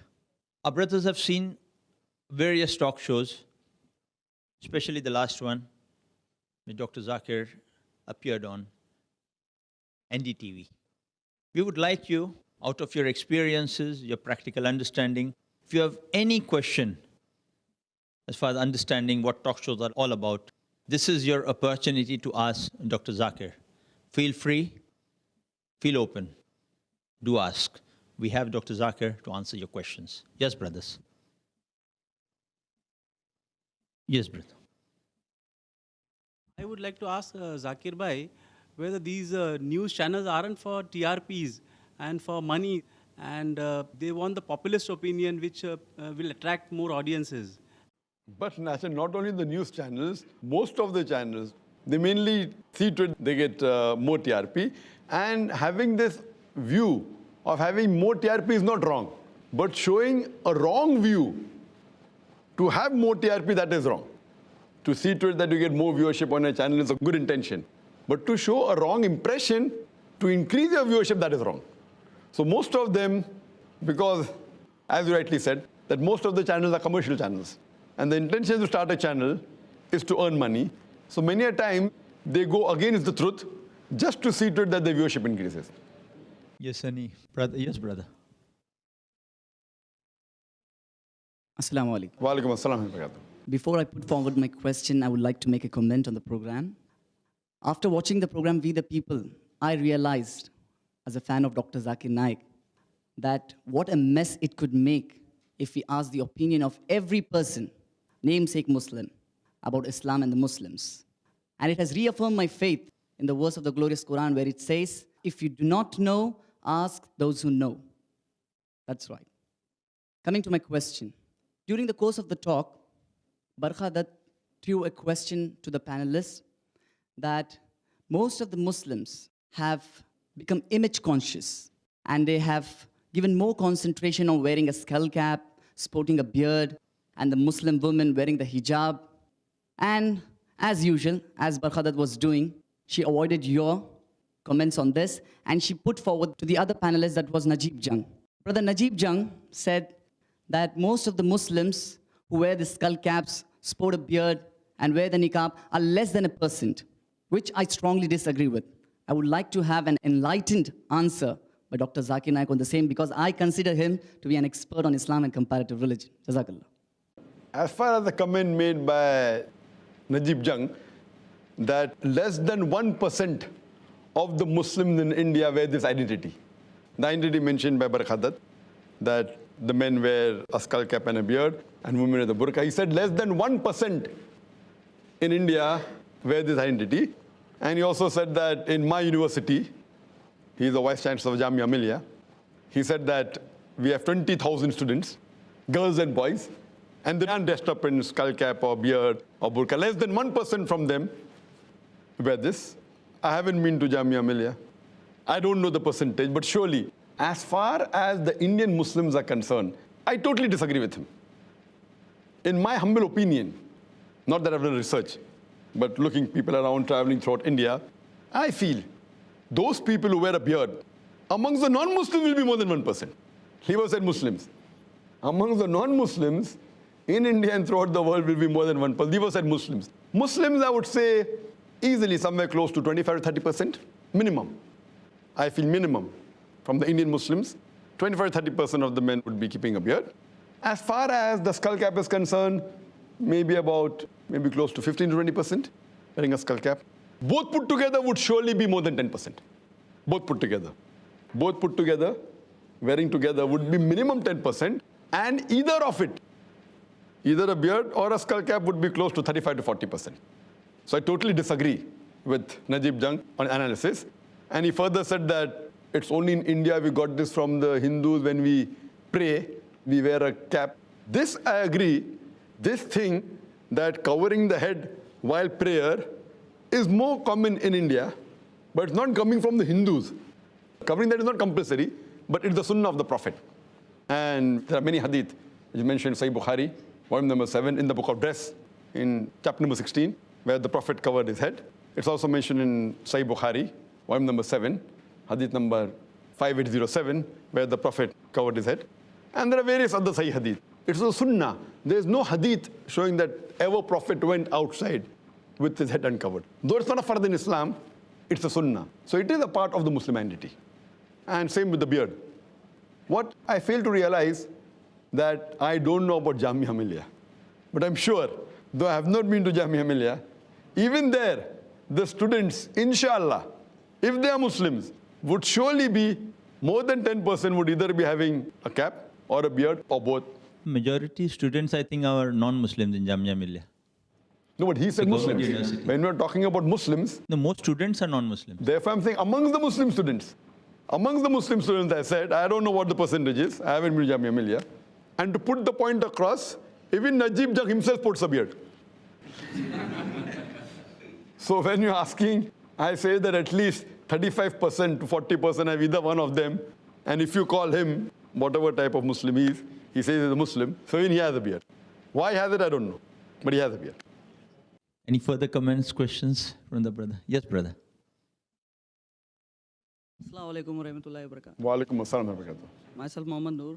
My question is that on that show, there was a question asked to Maulana Madni, what about Vande Mataram? And the answer given by him was not satisfied. What is your opinion about Vande Mataram? And just explain us the translation of Vande Mataram. Jazakallahu khair. As far as the answer given by Maulana Madini on Vande Mataram, it was correct. It was a short answer he had to give. He said that to force anyone to say Vande Mataram is wrong, it is his opinion. So the answer was right, though because it was, in short, it may not be the complete answer which he may be having a longer version. Being a talk show, he gave a short version. So what he said that, you cannot force anyone to say anything because India is a free country.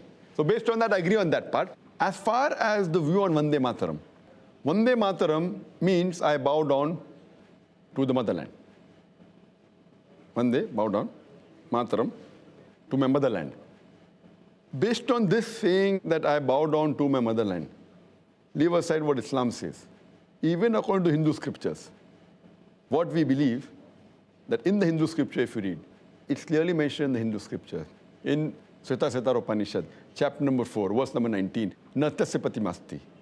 Pratima in Sanskrit means an image, a photograph, a picture, a painting, a portrait, a sculpture, an idol. Almighty God has got no pratima, has got no image, has got no picture, has got no portrait, has got no painting, has got no statue, has got no idol, has got no sculpture. So based on this, Almighty God can't have an image according to the Hindu scripture. Same is repeated in Yajurved, chapter number 32, verse number 3. Natasya pratimasti, of that God, there is no image. So based on this, in Hinduism also making an image of God is wrong. So saying that this motherland is like your God and you bow down is wrong even according to Hindu scriptures. And in Islam, it's very clear that we can bow down to no one but our Creator Allah subhanahu wa ta'ala. As far as our country is concerned, we as Muslims, we love the country, we respect the country, but we don't bow down to the country. Not only in India, we cannot even bow down in Pakistan to that country. We cannot bow down in Saudi Arabia also. So it's not only to India. If a Muslim is living in Saudi Arabia and he's a Saudi national, he cannot bow down to Saudi Arabia. A Pakistani cannot bow down to Pakistan. So it's not only to India, because we bow down only to our God, our Creator. We cannot bow down even to our own mother. Leave aside motherland. The woman who gave us birth, who's our mother. We cannot bow down to our own mother. So where is the question of bowing down to the motherland? We love the country. We respect the country. Our country has given us many opportunities. But we cannot equate our country, neither our own mother, to our Creator Allah subhanahu wa ta'ala. So based on this, according to Islam and according to Hinduism, saying that we bow down to our country and calling our country as good as God, which is mentioned in Vande Mataram several times, it is totally wrong. Before we ask the next question to the audience, one or two emails. The Muhammad Shaban, he says, yeah, even I think Dr. Naik shouldn't have been a part of the show. But Allah knows the best. Allah does best for his ummah. Maybe something good is there yet to come related to the show. Or may even Dr. Zakir Naik can arrange a session where he can reply to all the comments and questions made in this show. Jazakallah. And we have Shamaima Ali who says, they didn't give him a chance, but inshallah, Allah will support him. We are behind you, Dr. Zakir Naik, all the way. This is your chance. You can put forward questions to him. Yes, brother. Vis-a-vis the program, We the People, and Shah Rukh Khan emphasized the need to explain Islam to other people. In this context, how is it incumbent on every Muslim to spread the message of Islam, and how? Shah Rukh Khan, as far as this question is concerned, he said it's required for the Muslims to explain Islam to others, and I agree with that. It's compulsory for every Muslim to convey the message of Islam. It is fard. It's mentioned several places of the Quran, including Surah Al-Imran, chapter number 3, verse number 110, where it's mentioned in the Quran, Kuntum khaira ummatin ukhrijat linnas. We are the best of people evolved for mankind. The Muslims are called as the best of people. And the reason is given, because we enjoin what is good and forbid what is wrong. Ta'miruna bil ma'ruf wa tanhauna 'anil munkar wa tu'minuna billah. We are called as the best of people for the whole of humankind because we enjoin what is good and forbid what is wrong, and we believe in Allah. So the reason Almighty God is calling us the best amongst all the peoples is because we have to convey the message of truth. Call people towards the truth, enjoin them to the truth, and forbid them from doing wrong. So it's compulsory on the Muslims. And there are several other verses in the Quran, like Surah Al-Asr, chapter number 103, verse number 1 to 3, which says, one of the criteria to go to Jannah is to call people towards the truth. Any brother? Yes, brother. After the show, I read a comment on Twitter, on SRK, Shah Rukh Khan's Twitter, that he said that post-show he had some discussion with you. And he has mentioned that after a post-show, I had a discussion with Dr. Zakir Naik, and it was very enlightening. I would like to know what was that enlightening session with Dr. Shah Rukh Khan? Yes, after the show was over, I did chat with Shah Rukh Khan for about half an hour. And it was a very good experience. I cannot discuss everything because many things were personal. It would be wrong on me to say in public. I was meeting him for the first time. It was the first time I met him personally, though there are some common friends who are his friends and my friends. But this is the first time meeting him personally. And one thing is for sure, that I am happy that I maintained my policy of not to just rely on the news. But before the show, and which everyone may be aware, that it comes in the media. Many people, many of my friends have told, Shah Rukh Khan is not a practicing Muslim and he's not happy to be a Muslim. And he normally gives comments against Islam and he does this and that. I personally have not heard it personally on the television. I have not heard because I watch television very little. But because it were comments, I followed the verse of the Quran. Quran says in Surah Hujurat, chapter 49, verse number 6, that whenever you get a message, check it up before you pass it on to the third person. The same thing what I use, whether anyone asking comment, like Barakhadat asked me on Osama bin Laden, I said, I don't know. Same thing, even though hearing negative comments of Shah Rukh Khan, I always said, Allah Alam. But what I heard him saying on the show, I'm not talking the chat after the show, what I heard him on the show, I felt, irrespective whether he's practicing or not, but his answers were far better than most of the Muslims on the show. Not counting, of course, Maulana Mahmud Madni. He's a close friend of mine. MashaAllah, he's a practicing Muslim. But leaving aside him, what answers he gave compared to all the other Muslims on the show, his answers were more correct. And he rightly agreed, saying that, that though he does film acting and singing and dancing, he says it is haram. That was good of him. And he says that he has less knowledge. But he also said that for correct knowledge, you should ask the scholars and the ulamas and the maulanas. So his answers were far superior than the other people who were Muslim in the talk show. And after the show, one comment I'd like to make, that while discussing on the issue of Muslim identity, he asked me, Dr. Zakir Naik, he said, Dr. Zakir Sahab, what is your view? How important is it to keep a beard and wear the cap? So giving an analogy, that it wasn't a talk show, there was no Barakhadat. So I could explain to Brother Shah Rukh Khan more easily and, without any interruption. So I told him that when you appear for an examination, there are some questions which have 1 mark, some questions have 10 marks, some questions have 20 marks. The Muslim identity, wearing the cap and the beard, though it's not of utmost importance, but it is important, it may carry maybe 1 mark. Behaving, practically being honest, speaking the truth, these points about Islam, the practice, may carry 10 marks, may carry 5 marks. So, though keeping a beard is not the most important, you can miss the 1 marks and concentrate on the 10 marks and 5 marks and 20 marks. But if someone wants to score distinction, he will try and even get this 1 mark. For example, when we appeared for the medical examination, we tried even to get that half mark, because we want to score above 90. So when you want to score above 90, this is very important. Beard is important and cap is important. It's a part of the sunnah. But if someone doesn't keep a beard, you cannot say that he's not a Muslim. You cannot say he's not a Muslim, doesn't sport a beard or doesn't wear a cap. But, you have given a very good analogy. So you like the example that it is important, but may carry 1 mark, 2 marks. The more important is the amal. The other things about being honest, about offering salah, not doing shirk.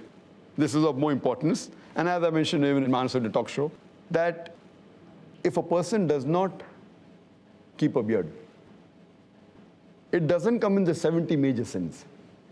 There is a scholar by the name of Imam al-Dhahabi, and he has listed the 70 major sins in Islam. First being the shirk, then being murder, going down the line. But the beard doesn't appear. That does not mean it's not a sin. Some scholars say that it is a sunnah, mustahab.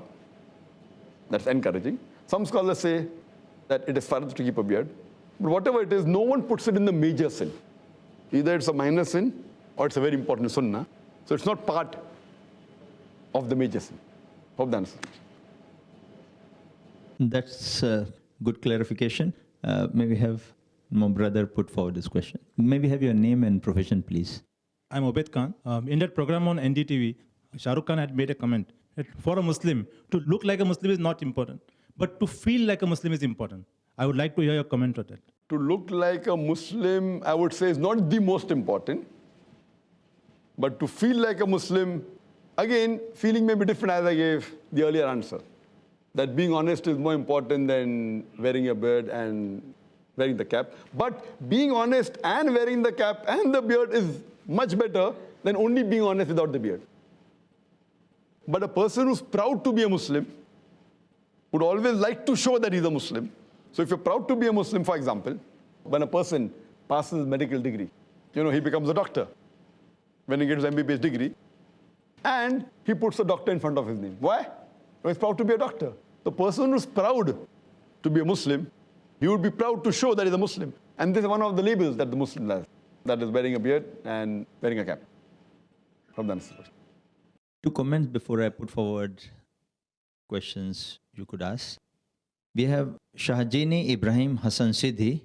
He asks, in fact, they fear the young Zakir sir. They need to show their beliefs is right. They don't think that Islam is most growing religion without the help of the media. Allah knows best. Then we have Brother Akib who says, I'm a practicing Muslim and I have myself been subjected to typification and biases many a time. But I feel NDTV and Burqa are one of the best things around. I agree Zakir Naik should have been given more time to speak, but it's a short time show and all is not possible. Shahrukh has spoken most wisely and said what Islam actually says, except one or 2 points which we all are humans are bound to err.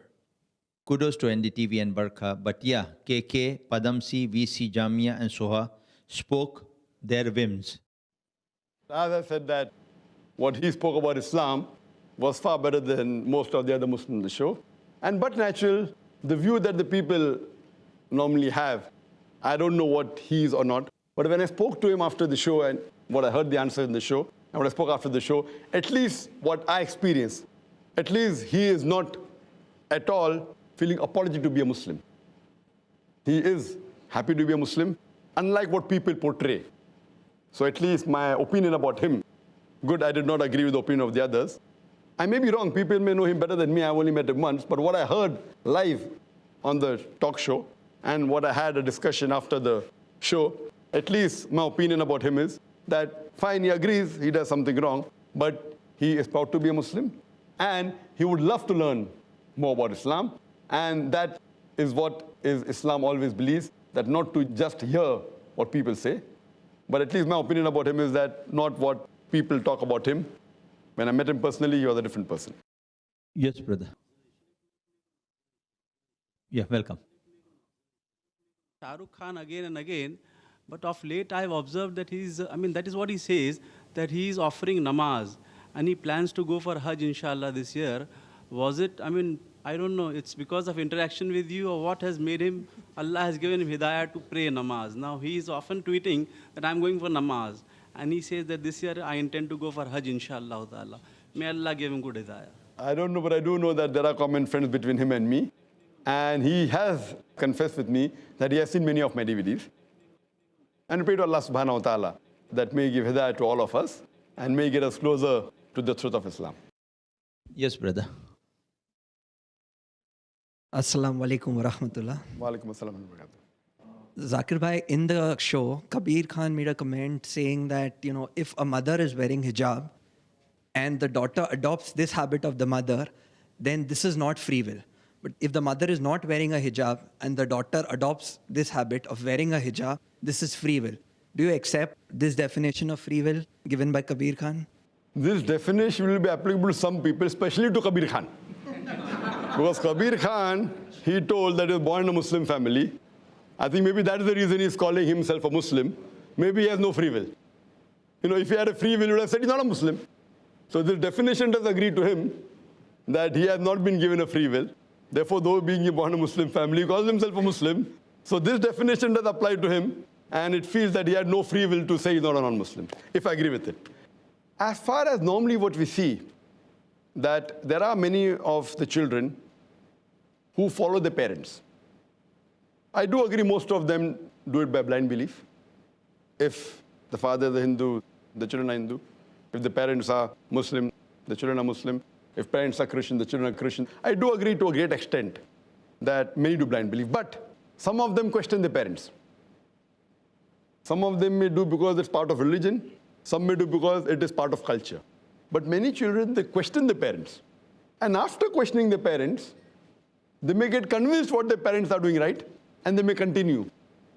So these people now, out of free will, they are continuing what their parents are doing.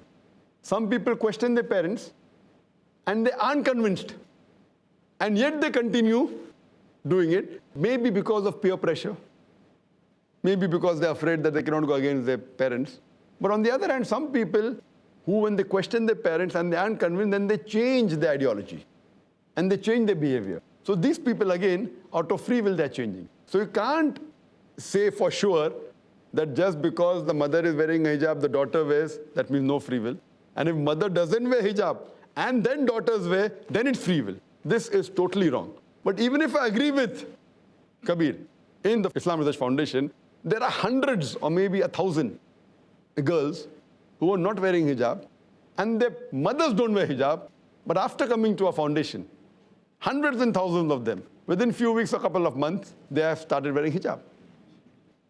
So if his definition that if the mother doesn't wear and the daughters wear means free will, so by free will, in Bombay itself, only coming by a foundation, hundreds and thousands have started wearing hijab. And furthermore, many of the ladies, after watching my programs on the satellite channel, maybe hundreds and thousands of them have started wearing hijab. Not in India, throughout the world. So if this is his definition of free will, then alhamdulillah, when these logical people, when they hear the logical reason why hijab should be worn, so unfortunately, I do agree that the majority in India, they wear hijab as part of culture, or they wear hijab because it's a religion, without knowing the reason. Some of them, after learning the reason, they continue. But the point to be noted is that if we convince the youngsters and the ladies with reason, logic, and science why hijab is worn, and the reason of hijab in Islam is to protect the woman, then I feel majority, if not all, the ladies who are logical, they will wear the hijab. That's the reason. There are many non-Muslims accepting Islam throughout the world. And amongst the people accepting Islam, whether India or abroad, 2/3 of them are women. So if hijab subjugates the women, then why are the American women who are accepting Islam? Why are the European women who are accepting Islam, they are adopting hijab? So hijab is there to protect the women. And everyone has a right to agree or disagree. And based on that, but if you speak logically, and if you explain Islam to them logically, I feel majority of the humans will agree with the points that I mentioned in Islam. Jazakallah, Dr. Zakir. We have 2-3 comments, on the web. We have Mehnaz Chi, who says, I completely agree. Dr. Naik deserves to be in a better place. And the lady, Barkha seemed to have no knowledge of who Dr. Naik is. I disagree with that statement. Dr. Zakir disagrees. Barkha will surely be knowing who I am. That is the reason they had me on the show. That is the reason when she spoke to me the first time in the show, she said that you come on TV more than me. Alhamdulillah. And when she asked the third question, she said that I know that you love answering questions from the audience. So I disagree with that statement that she doesn't know me. She knew me, but she being an expert moderator, she really moderated, not with honesty, but she had a point of view. And as I said earlier, that it depends upon the integrity and the sincerity of the moderator and the producer to project the people who are there on the show. I think the sister's misunderstanding stands corrected. We have Nadia Jamal, who says, I totally agree. Dr. Zakir hardly was given the chance to speak, and Brother Zakir in future should avoid sharing the stage with Jahil Muslims, especially like Soha Ali Khan and Kabir Khan, who don't even know what Islam is all about, and were arguing that Muslim lady wears hijab only if she sees her mother wearing it. I have no idea in what kind of a world they are living. New generation are more practicing than their parents. I believe, alhamdulillah. And truly I found Soha and Kabir highly disgusting. They are not Muslim, so why to call them for discussions on Muslims? And lastly, we have Arshad Hussain Sheikh, who says, Lady Barkha is a commercial commodity, and so is SRK, Kabir, Soha, and Karan. Don't these guys seriously, folks? Little knowledge is a dangerous thing. Their opinions don't make a tiny bit difference towards what Islam and Muslims stand for. There is no other interpretation of Islam and a Muslim other than what is said in the Holy Quran. See more Quran and the Hadith. Either you are in or you are out of the circle. There is no room for so-called moderate or liberal Islam or a Muslim, and there is no such word called extremist or fundamentalist, rightly said by Dr. Zakir, that either you practice or you don't. Simple as that. I think Dr. Zakir would like to comment something on that. The person are giving the right analogy. Maybe what I'm just putting across is straightforward comments, of the people. Some may be right, some may not be right, but that is their opinion. I say you either say he's a Muslim or a pseudo-Muslim. Muslim or pseudo-Muslim. Or you can say who is a practicing Muslim, partially practicing Muslim or non-practicing Muslim. So non-practicing Muslim can be called a pseudo-Muslim, right terminology. There's nothing like moderate Muslim. No, Muslims, if he's a Muslim, he's moderate. I mean, and you can't say a person is an extremist Muslim. And I say I'm an extremist Muslim. I'm extremely kind, I'm extremely merciful, I'm extremely loving, I'm extremely just, I'm extremely honest. So to be a practicing Muslim, you have to be an extremist. You can't say I'm partially honest. When it benefits me, I'm honest. When it does not benefit, I'm not honest. So these are terminologies, loose terminologies made by people and how it has evolved. So these loose terminologies used by the media, extremist and fundamentalist, these, if you go back into history, they were used for somebody else earlier. If you've heard my talk on terrorism and jihad, etc., and I've clarified that this word fundamentalist was first used for the Christians. Those who believe that the message of the Bible is not from God, every word, every letter is from God. And now today, in the new definition of Oxford Dictionary, the fundamentalist means a person who strictly adheres to the ancient teachings of any religion. The new definition is slightly changed, that fundamentalist is a person who strictly adheres to the ancient doctrines of religion, especially Islam. So though it was used in the early part of the 20th century for the Christians, today it's used for the Muslims. So this is how they keep on changing. But really, fundamental is the person who follows the fundamentals.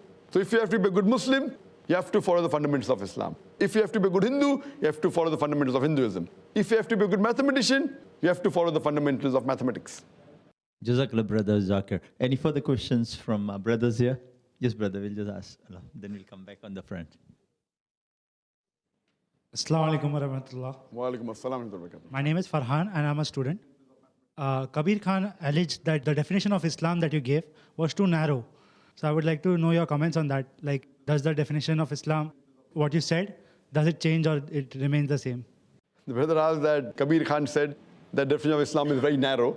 I said Islam means a person who submits his will to Allah subhanahu wa ta'ala. So if you want to know the meaning of a word, any word, where do you look? Look in the dictionary. If you want to know the meaning of any English word, you go to a dictionary. You don't just say it off the cuff. And if you want to verify whether the person has said right or wrong, go to the dictionary. So you open any Arabic dictionary. Islam comes from the root word salam, which means peace, or salam, which means peace. It's also derived from the Arabic word silm, which means to submit your will to God.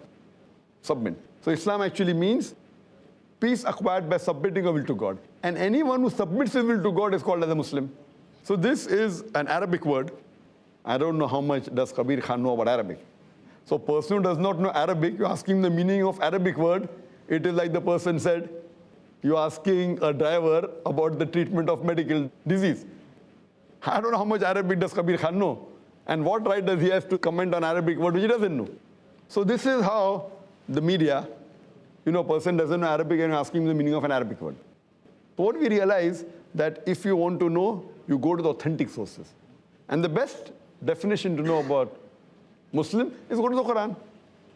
Quran says that many places about Muslim, Muslim means one a person who bows to the will of Allah. In Surah Al-Imran chapter 3 verse 64 and many other places. Hope that answers. Yes. Any further questions? Yes. Assalamu alaikum, this is Aman Bukhari. Barkha Dutt doubted your reply, which you had tried to give about the Talibans and how the American media, they manipulate the public. And according to her, CNN and BBC are the gospels for her. Now, the very same CNN and BBC had said that Iraq has weapons of mass destruction. And this was being relayed on these channels day after day, week after week, and months after months. And in spite of America invading Iraq, it was not able to find any weapons of mass destruction. My question to Barkha Dutt is, come on, Barkha Dutt, where is your answer to this? Where are the weapons of mass destruction? Your comments, please, sir. These examples can be given in scores, and I do agree with you. Not that I am a fan of Saddam Hussein. Neither do I say that Saddam Hussein is a practicing Muslim. But America attacks Iraq and puts a sanction embargo that no medicine, no food should go there, because of which more than 500,000 children were killed because of the sanction, putting sanctions. Who's to blame? And when they attack Iraq, they don't find any weapons of mass destruction. Who's to blame? I would blame George Bush. It is clear. Why can't she read between the lines? And she's a woman of the media. Or maybe, I don't know why she. It's very evident that even when Saddam Hussein was arrested, he had a trial, inverted commas, whether just, I don't know. Irrespective what he has done, in Islam we have to give a fair chance to the person who is the culprit or the person who you think is responsible. I doubt whether he was given a free chance. Fine, I do agree he has done many evils, maybe, but surely there was no proof of weapons of mass destruction. No proof. And has anyone condemned George Bush? Fine. I know later on many people did say that he's terrorist number one. And when the survey came in America and throughout the world, who is terrorist number one? Is it Bin Laden? Is it Saddam Hussein? Or is it George Bush? And do you know, in all the polls, whether conducted in America or UK or throughout the world, George Bush, he swept the polls. The lowest he got was 73%. And some votes he got more than 80%. Now, when people compared, Americans compared, who is a terrorist? Bin Laden, Saddam Hussein or George Bush? Even in the BBC poll, George Bush swept the polls. Now, doesn't Barkadat know about that? So very, very comfortably, they take what they want from the BBC and they don't take what they don't want. And this is not again publicized. It comes once and finish. So if Barkadat is a woman of the media, the same BBC says that this is the public opinion. Has she said, come on, BBC? Yes, brother. The next questions. We'll have brother here. Assalamu alaikum, Zakir bhai. Wa alaikum assalam. As I learned from you, alhamdulillah, you always quote that makaruhu wa makar Allah, wallahu khairul makirin. They make plan, Allah makes plan, and Allah is the best of planners. So similarly, I feel that the NDTV people, they kept your side and they had given you less than 4 minutes. And today, alhamdulillah. Less than 3.5.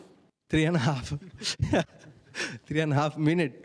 And alhamdulillah, today you come up with the same topic and you are saying alhamdulillah more than 1 hour. So this is from Allah subhanahu wa ta'ala, alhamdulillah.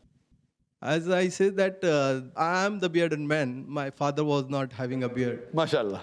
So you're keeping out of free will. According to Kabir Khan. Yeah, that is what I'm saying. My mother, she was not wearing hijab. And I got 5 sisters, alhamdulillah, all they are wearing hijab. MashaAllah. You should give witness to Kabir Khan. Yes, that is what I'm saying to Kabir Khan only. My wife is wearing hijab. Her mother was not wearing hijab. So I can dua to Kabir Khan, inshallah, biznillah. Maybe his son will keep the beard and his daughter will wear the hijab. Inshallah. If they watch Peace TV, inshallah. Inshallah. And I pray to Allah that may Kabir Khan also keep a beard. Inshallah. Inshallah. So now my question is, Zakir bhai, now 1, 2, 3, 4 times you've seen all these channel people. Okay, they have cheated you, I can say that. They have wasted your time. So if they will call you again for any program, will you go for them? That again depends. As I said, I'm not saying I'll never go for any talk shows again. I've been abroad on talk shows. As I say that I try and judge the integrity and the honesty and the intention of the person in the show. Maybe I judged NDTV earlier when they had an interview of mine, which was taken by Shekhar Gupta. It was wonderful. It was par excellence. Why? Because he didn't edit anything. Even though he may not have agreed with everything what I said, but he allowed me to speak. So therefore, one-to-one interview is far superior. Even there, a person who has an evil intention can alter many things. But Shekhar Gupta, editor-in-chief of Indian Express, same television channel NDTV. So I cannot say it is an NDTV agenda to malign Muslims. It may be the agenda of the We the People show. That's what the people always say that, you know. So maybe. So depending upon who calls me. But normally, after appearing for the show of Farooq Sheikh on Mard, I always put a condition, especially to the non-Islamic channels, that I will get my own camera, I will get my own crew and record. Some initially say yes, then they say no. Here they told no at the last moment. So they went a step further than the other channels. I have been invited by hundreds of talk shows, by many channels. Again, As a policy, I don't attend because it's too much of time wastage. Coming there and spending hours and being allowed to speak for 3-4 minutes. Personally, because I already come on the channel. If a learned person who doesn't have exposure to the media, I feel he should yet go. He should go. Maybe the people get some hidayah. But here, because I come on the various channels, there are hundreds of millions of viewers, it will damage the information. So for me, I should be careful before I attend any show. But I cannot say I will not attend any in my life. I'll take the precaution, but the rest I leave in the hands of Allah. As you rightly said, Allah says in Surah Imran chapter 3 verse 54, Makru makarallah wallahu khairul makirin. They plan and plotted, Allah too plan. Allah is the best of planners. So maybe because I attended the Farooq Sheikh's show, my intentions to launch a satellite channel became more firm. That I attended before Peace TV was launched. You know, what I say, that Salman Rushdie, the book he wrote about satanic verses is to be condemned. Net result, many people wanted to read this satanic verses of the Quran, and there are thousands of non-Muslims accepted Islam. 9/11, the attack on the Twin Towers, is to be condemned. Whoever did it is wrong, whether Muslim or non-Muslim. Whether George Bush or Bin Laden, whoever did it is wrong. That should be condemned. But the net result, whoever did it, net result, many people wanted to know what is this religion about Islam. And when I used to go to the Western countries before 9/11, there were few non-Muslims used to come for my talk. Now when I go post 9/11, there are more non-Muslims attending the talk. So net result is that we have more opportunity to dawah. The act was wrong, but the end result, Islam is spreading faster. So more the media is maligning Islam, we find that Islam is spreading more. So if they have more such like these on the NDTV, I personally have no problem. Because Allah is there to take care of His deen and His religion. And somehow or the other, at the end of the day, it will surely be benefit for Islam. Yes, brother. Assalamu alaikum. Wa alaikum assalam wa barakatuh. Shah Rukh Khan sounded a little apologetic when he said something somewhere is wrong, but we have to adjust and bear with them. So how far we should adjust and why should we be apologetic? That's my question. I don't know in which context are you telling about that. And everyone is talking about Shah Rukh Khan. I don't know which context he mentioned this. But yes, there are many people who are apologetic. I don't know if Shah Rukh Khan was he or not that time. And in what context did you say that we should adjust? But normally, for a person, there are people who are many a time afraid to keep a beard, even if they want to keep, thinking that they can be victimized. In that context, if some people are getting afraid to keep a beard or wear a cap that they'll be recognized as Muslim and they'll be victimized, which a person should not get scared. But some people, the taqwa may not be that strong. And there are cases where riots take place in certain countries, in certain cities, and if out of fear someone does that, so may Allah forgive them. In this case, if somebody chooses certain things and don't choose, it depends upon them. Yes, brother. Assalamu alaikum. My name is Tanveer Sheikh. By profession, I'm a businessman. I have got two quick questions. Number one is, after watching the program, it appeared that Barkadat and Kabir Khan were trying to promote a new religion known as the moderate Islam, where everything that Islam permits is prohibited and everything that Islam prohibits is permitted in this religion. So your opinion about that? And number two, I have seen you in many live debates all over the world. How do you find the experience of a live debate as compared to a debate on TV show? Jazakallah. As far as Barkhadat and Kabir Khan promoting moderate Muslim, that has been answered in the emails very clearly. I need not comment further that when I spoke, if you see the full debate, I was asked only 4 questions by Barkhadat. And in these 4 questions, I was interjected by her more than 12 times. On average, every question she interjected thrice, not allowing me to complete. And Kabir Khan also interjected me thrice. So this shows that even if they give me 3.5 minutes, if they give 3.5 minutes to me, okay, speak for 3.5 minutes, or speak 1 minute without interjection, I don't mind. I don't mind going on a show, even speak for 3 minutes, saying, okay, here, you have got 3 times 1 minute and 1 time half minute. I've got no problem. Give me 4 times. But saying a sentence, 20 seconds, again interjecting, again asking a second question. This is an expertise of a person who's well versed. Not that I wasn't aware, but I being on the panel, not the moderator, I could not do anything. And same thing, when I spoke something, if she didn't interject, it was Kabir Khan. So one answer on average 4 times. Once by Kabir Khan and thrice by Barkhadat.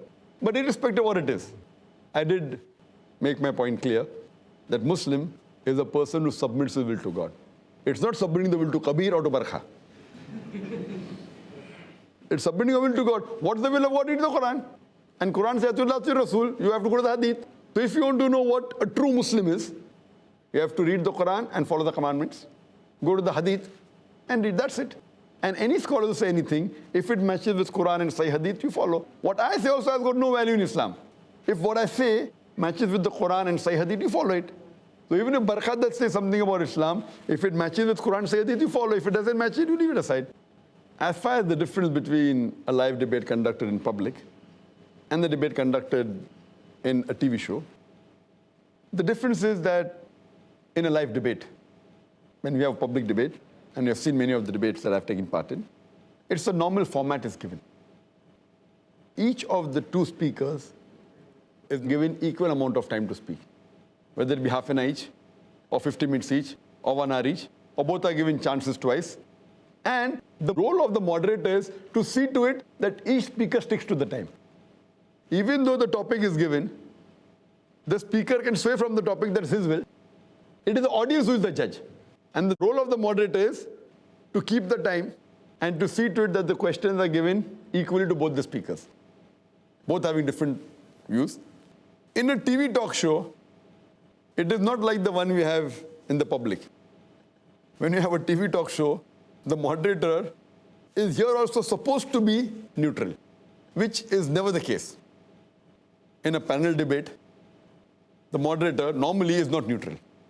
Rarely will you find a talk show in where the moderator is really moderate, means neutral, unbiased.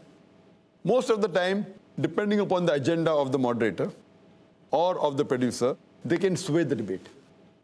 If the 2 people who are debating, the moderator may give more time to the view he or she likes and may give less time.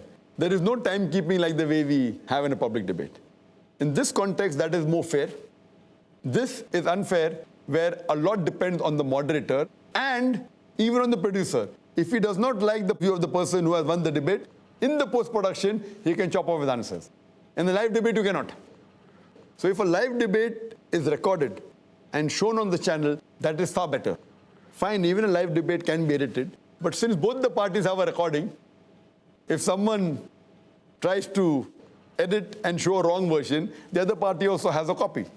Here, if you tell that I'm coming on your TV show for a debate, let me get my cameras, no one will agree. Unless the intention of the moderator is clear and correct. They will say, okay, it is, it is our show, we are doing it for money, we are doing it for TRP. Tell them, okay, we'll record, you keep the cassette, give the cassette after reeling, after telecasting a show. So we have told that on many channels. Fine, if you fear that we record, we will show it before you.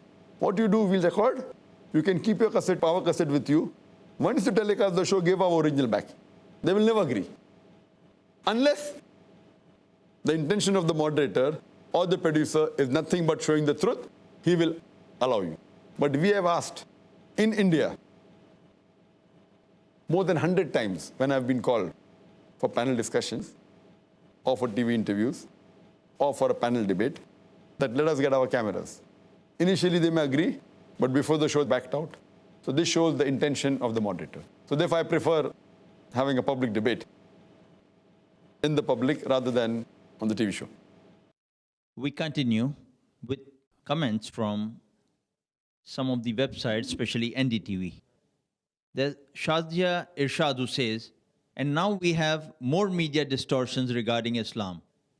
Barkhadat is a slick lady, simply brilliant, amazing manipulative skills, knows exactly when to interrupt so nothing earth-shattering is said by the learned Dr. Zakir Naik. We have Ahmadullah Tawfiqullah saying, Barkha didn't give time to Dr. Naik. It was a waste.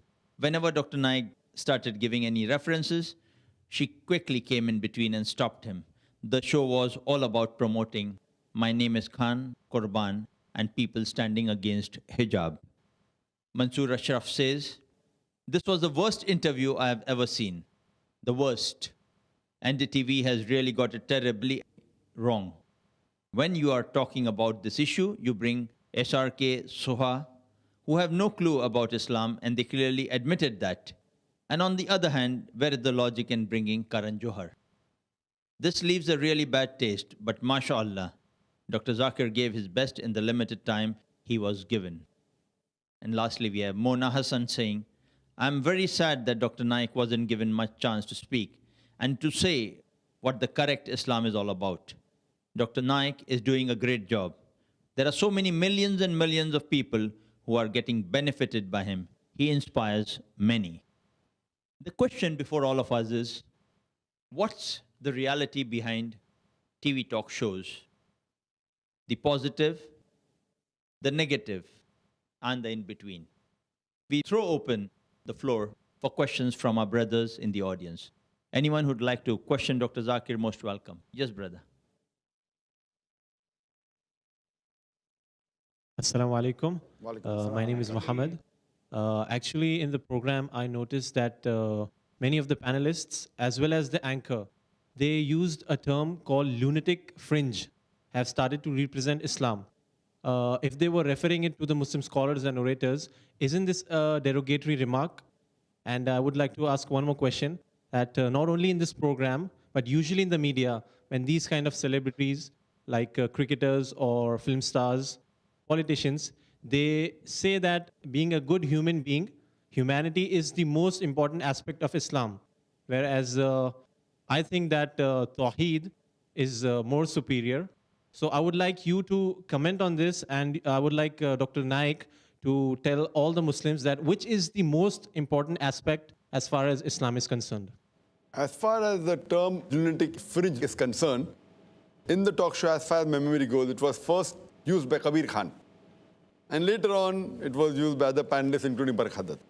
And he had a subtle way.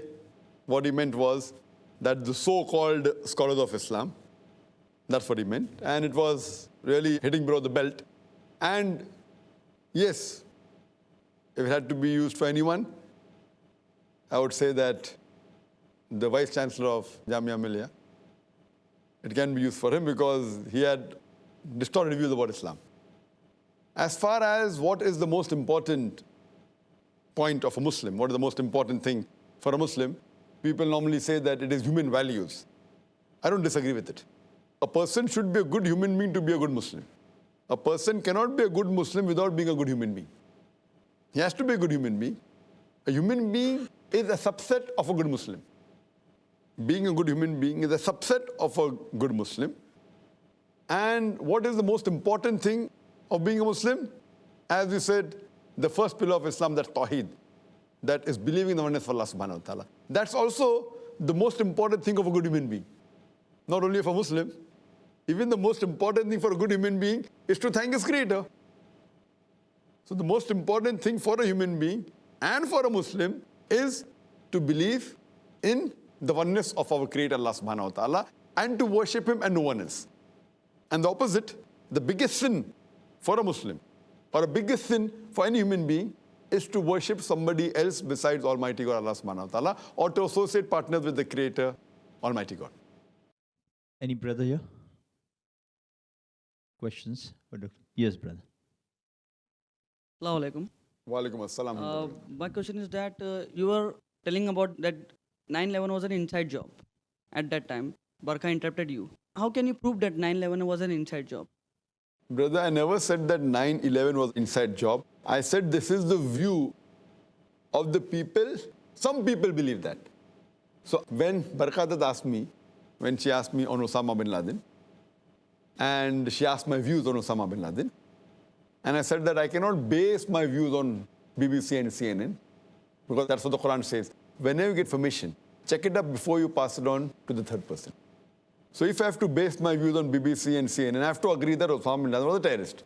Based on this, I said, I cannot give my opinion just on BBC and CNN. And then she goes on to say that, haven't you seen Al Jazeera? Yes, I've seen. But Al Jazeera, again, according to me, it is a part of the American conspiracy. It's controlled by the Americans. I've been to Al Jazeera channel. I've been to Qatar. I know many people who are on high post, and many have the opinion that Al Jazeera is controlled by the Americans. So why should the tape of Osama bin Laden be given only to Al Jazeera? Why not to other Muslim channels? Why not? Fine, again, what I told her, that I have seen even Al Jazeera, but I've even seen Loose Change. Now, Loose Change, there are many documentaries that are available in America, made by the Americans, which prove that 9/11 was an inside job. And I, being a man of research, I told her, I keep on traveling, and I see the evidence from both the sides. Now, logically, if you see the evidence shown on BBC and CNN and shown on Al Jazeera, compared to what is shown in Loose Change, 9/11, and various other documentaries, and especially, there was an article that even came in Times of India, that there were 75 American scientists holding top posts in various universities who said that we cannot agree that 9/11 could have been done by few Arabs. It's impossible. And we are going to expose the truth. And they said that this has to be an inside job. Who? Not normal Americans, American scientists and professors. Now, here you have on one side American scientists and professors who are giving their view, and here you have clippings which are shown on Al Jazeera, which many of them say it is morphed. And as I give an example, that those who know the media well, and I give an example, that when they showed the Taliban beating the woman, one of the experts said, and there was a couple, Malaysian couple, who have been for a couple of months in Afghanistan. They're doctors. They are normal people. Husband and wife, both of them doctors. And many other people, they said that because they lived with Taliban, they know how the Taliban wear the turban. And what is shown on the BBC, CNN, National Geography, it is not the way the Taliban tie the turban. Because we, as non-Arabs, we do not find a difference in how the Saudi ties his turban, how does the Kuwaiti tie his turban, or Emirati. But these people know there's a different style.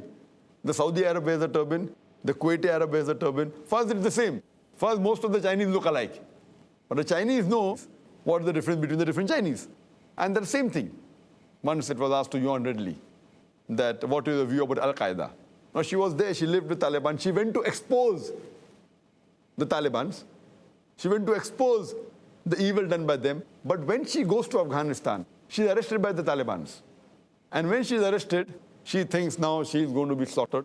She's going to be raped. And she thinks this is the last moment of her life. But they surround her, and she's wondering that the last day of the life. They surround her and they are silent, and she's wondering what happened.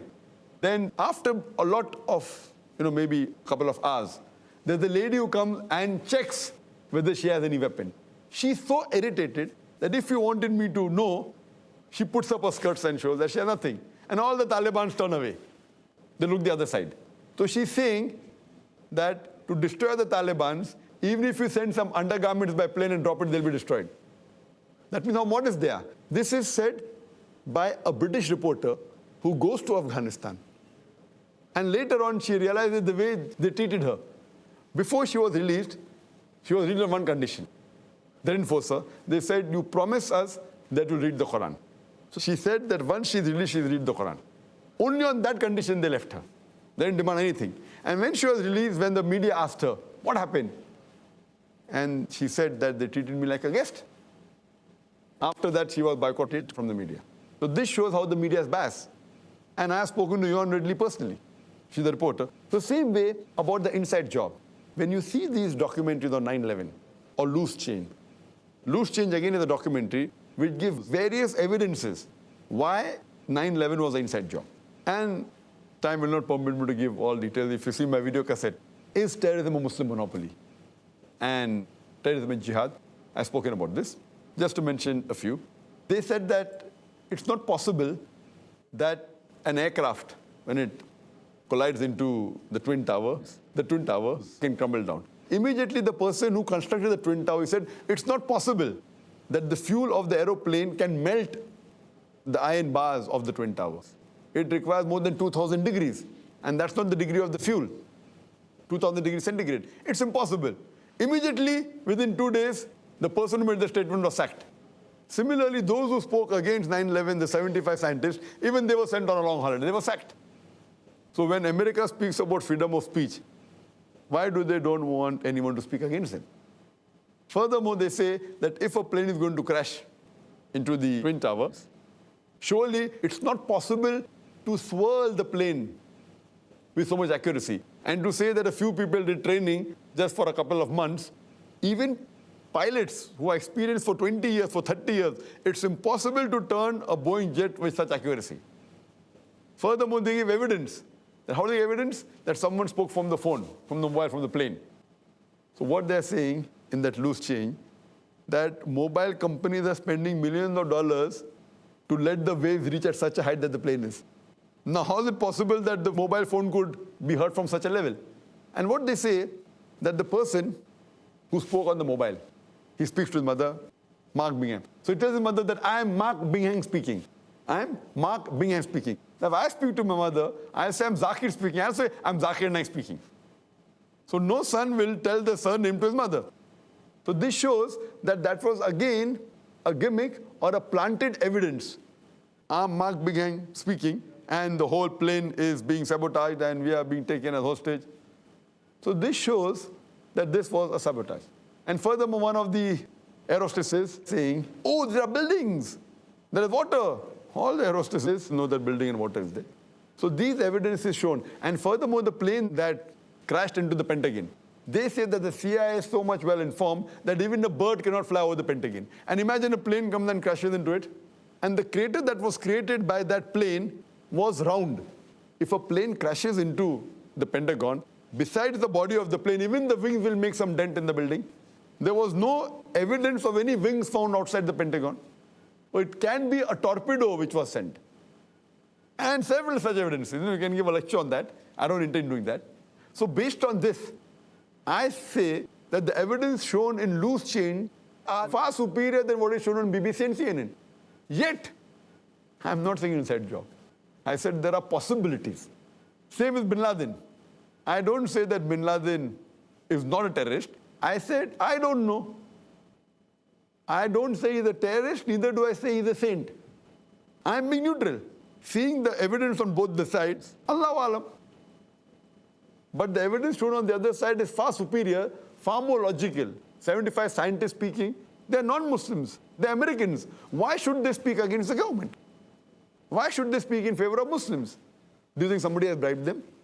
And here, these people, 75 scientists, they give a reason. Why are they blaming Afghanistan? Because of oil. To have a pipeline through.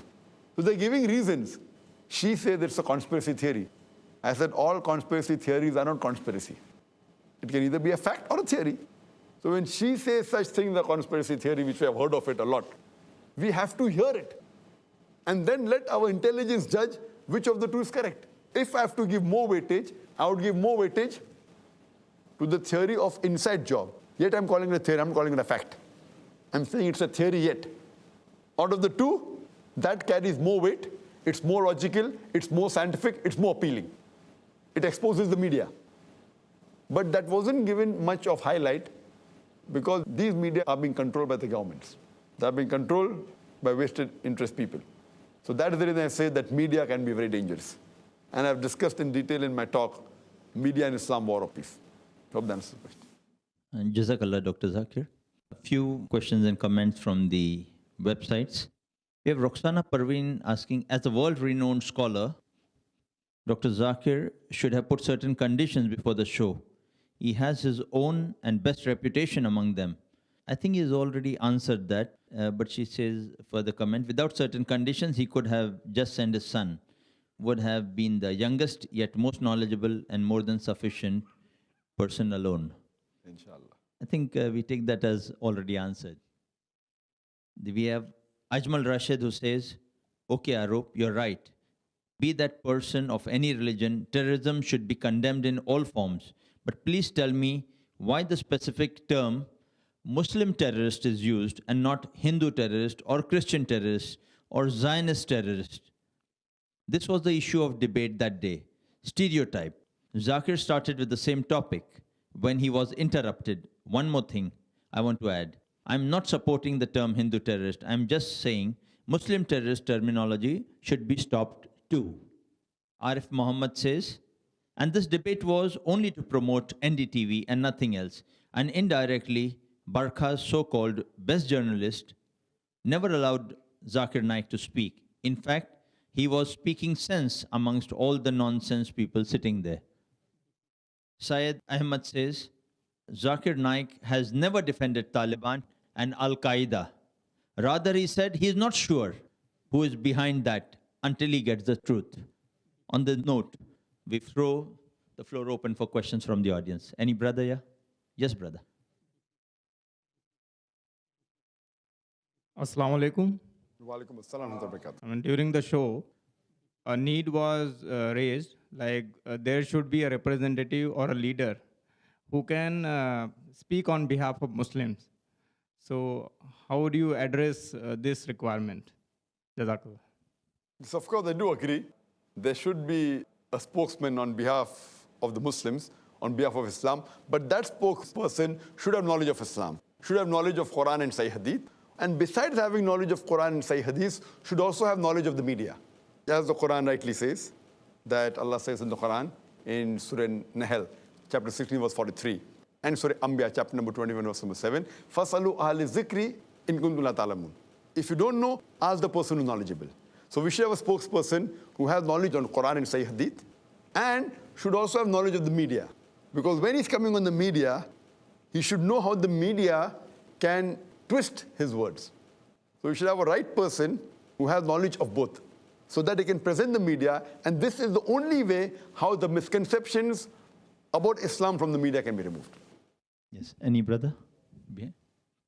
Yes, brother. I would like to ask, why don't you arrange a panel discussion on Peace TV? That why don't I have such a panel discussion on Peace TV? Yes, we can have. Not that we cannot have. Inshallah, if Allah wills. But not such a panel discussion. Panel discussion, not such a panel discussion. Such a panel discussion, twisting the view, would be un-Islamic. Even if someone pays me $1 million, I cannot do it.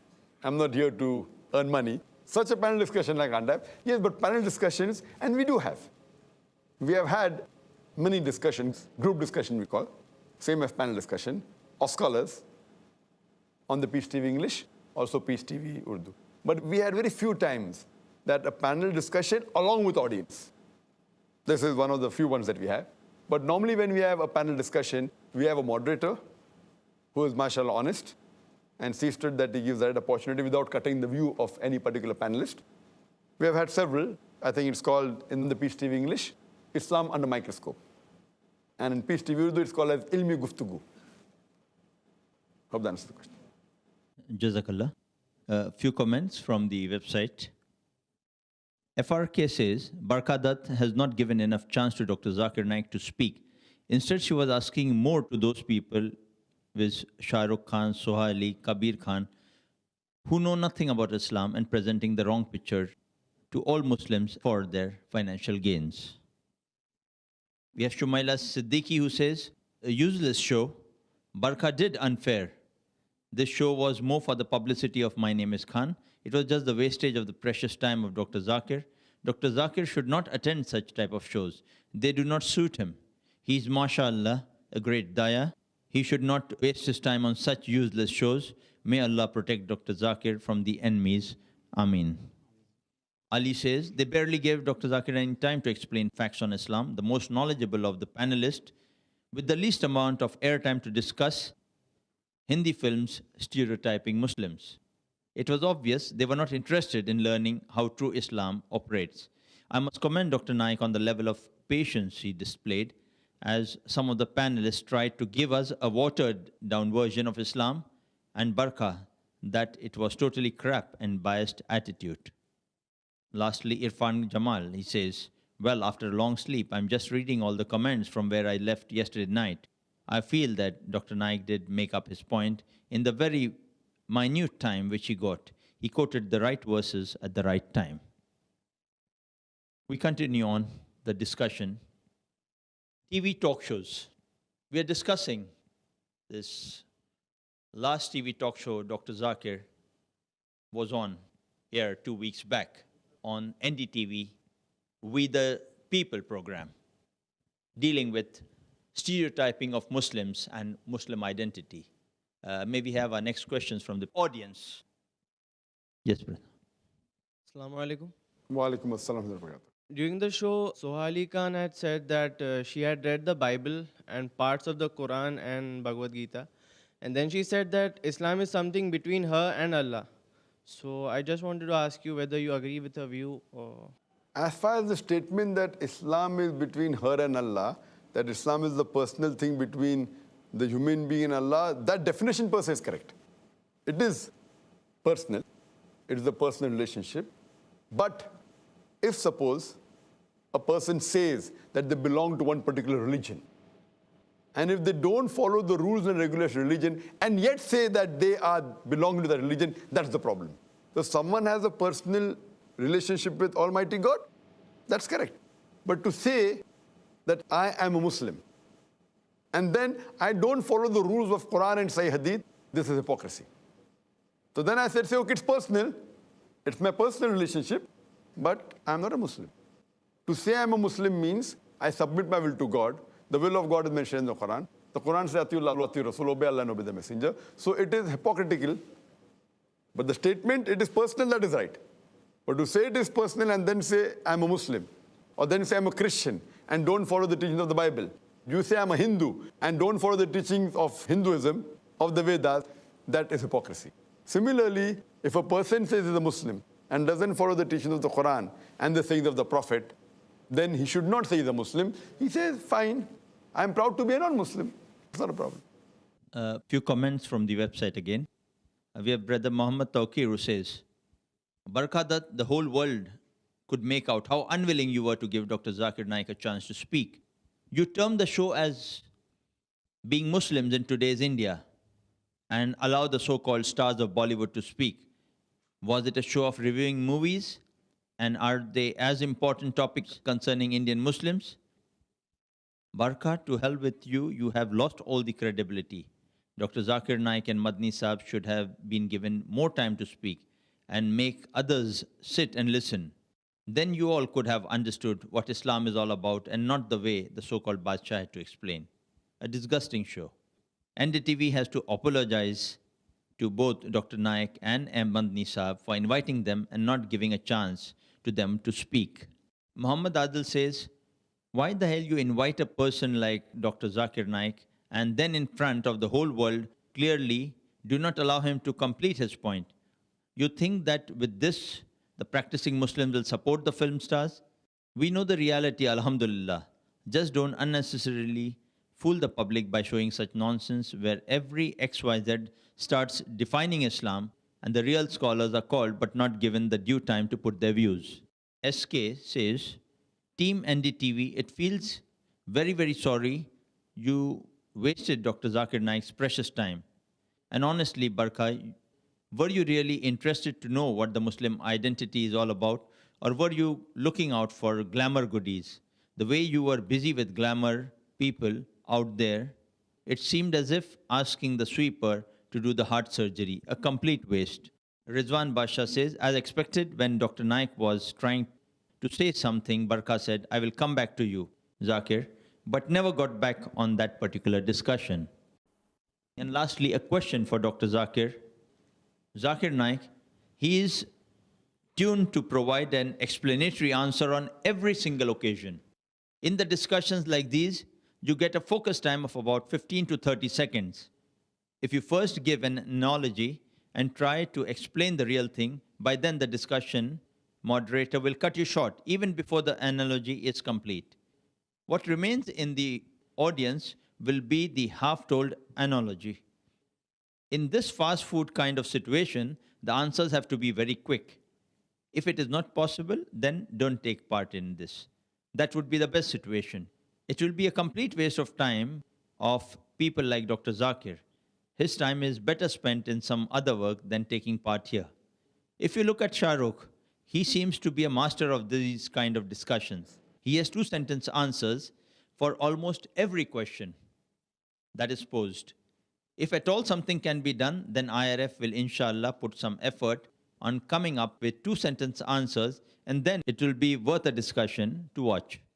There's another brother, Yavar Beg, who says, as Amanullah said earlier, Dr. Zakir must train himself to respond effectively on such shows if he wants to go on them. Personally, I would strongly advise against it.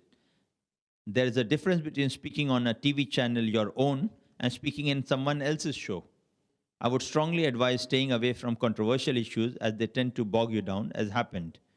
Though I must say, I respect Dr. Zakir Naik's courage and the stand he took. Not many have the courage to speak the truth in public. Dr. Zakir's comments. As far as the first questioner, he said that a person should answer in less than 30 seconds and a person should be trained. And he calls Shah Rukh Khan as the person who is master in this game. I partly agree, I partly disagree. If you see the full show, Shah Rukh Khan was given more than 11.5 minutes to speak. I less than 3.5 minutes. And many a time he spoke more than 1 minute. So to say that a person should speak in less than half minute, it depends upon the moderator. If the moderator gives one person 11.5 minutes and the other person less than 3.5 minutes, and the questioner is saying that he was expert, that means he hasn't seen the show properly. Because Shah Rukh Khan spoke for 1 minute, 1.5 minutes many times, because he was not interrupted. Secondly, I do agree that the answer should be short. It cannot be the same as you give in a lecture. I do agree. But even if your answer is short, you can yet manipulate.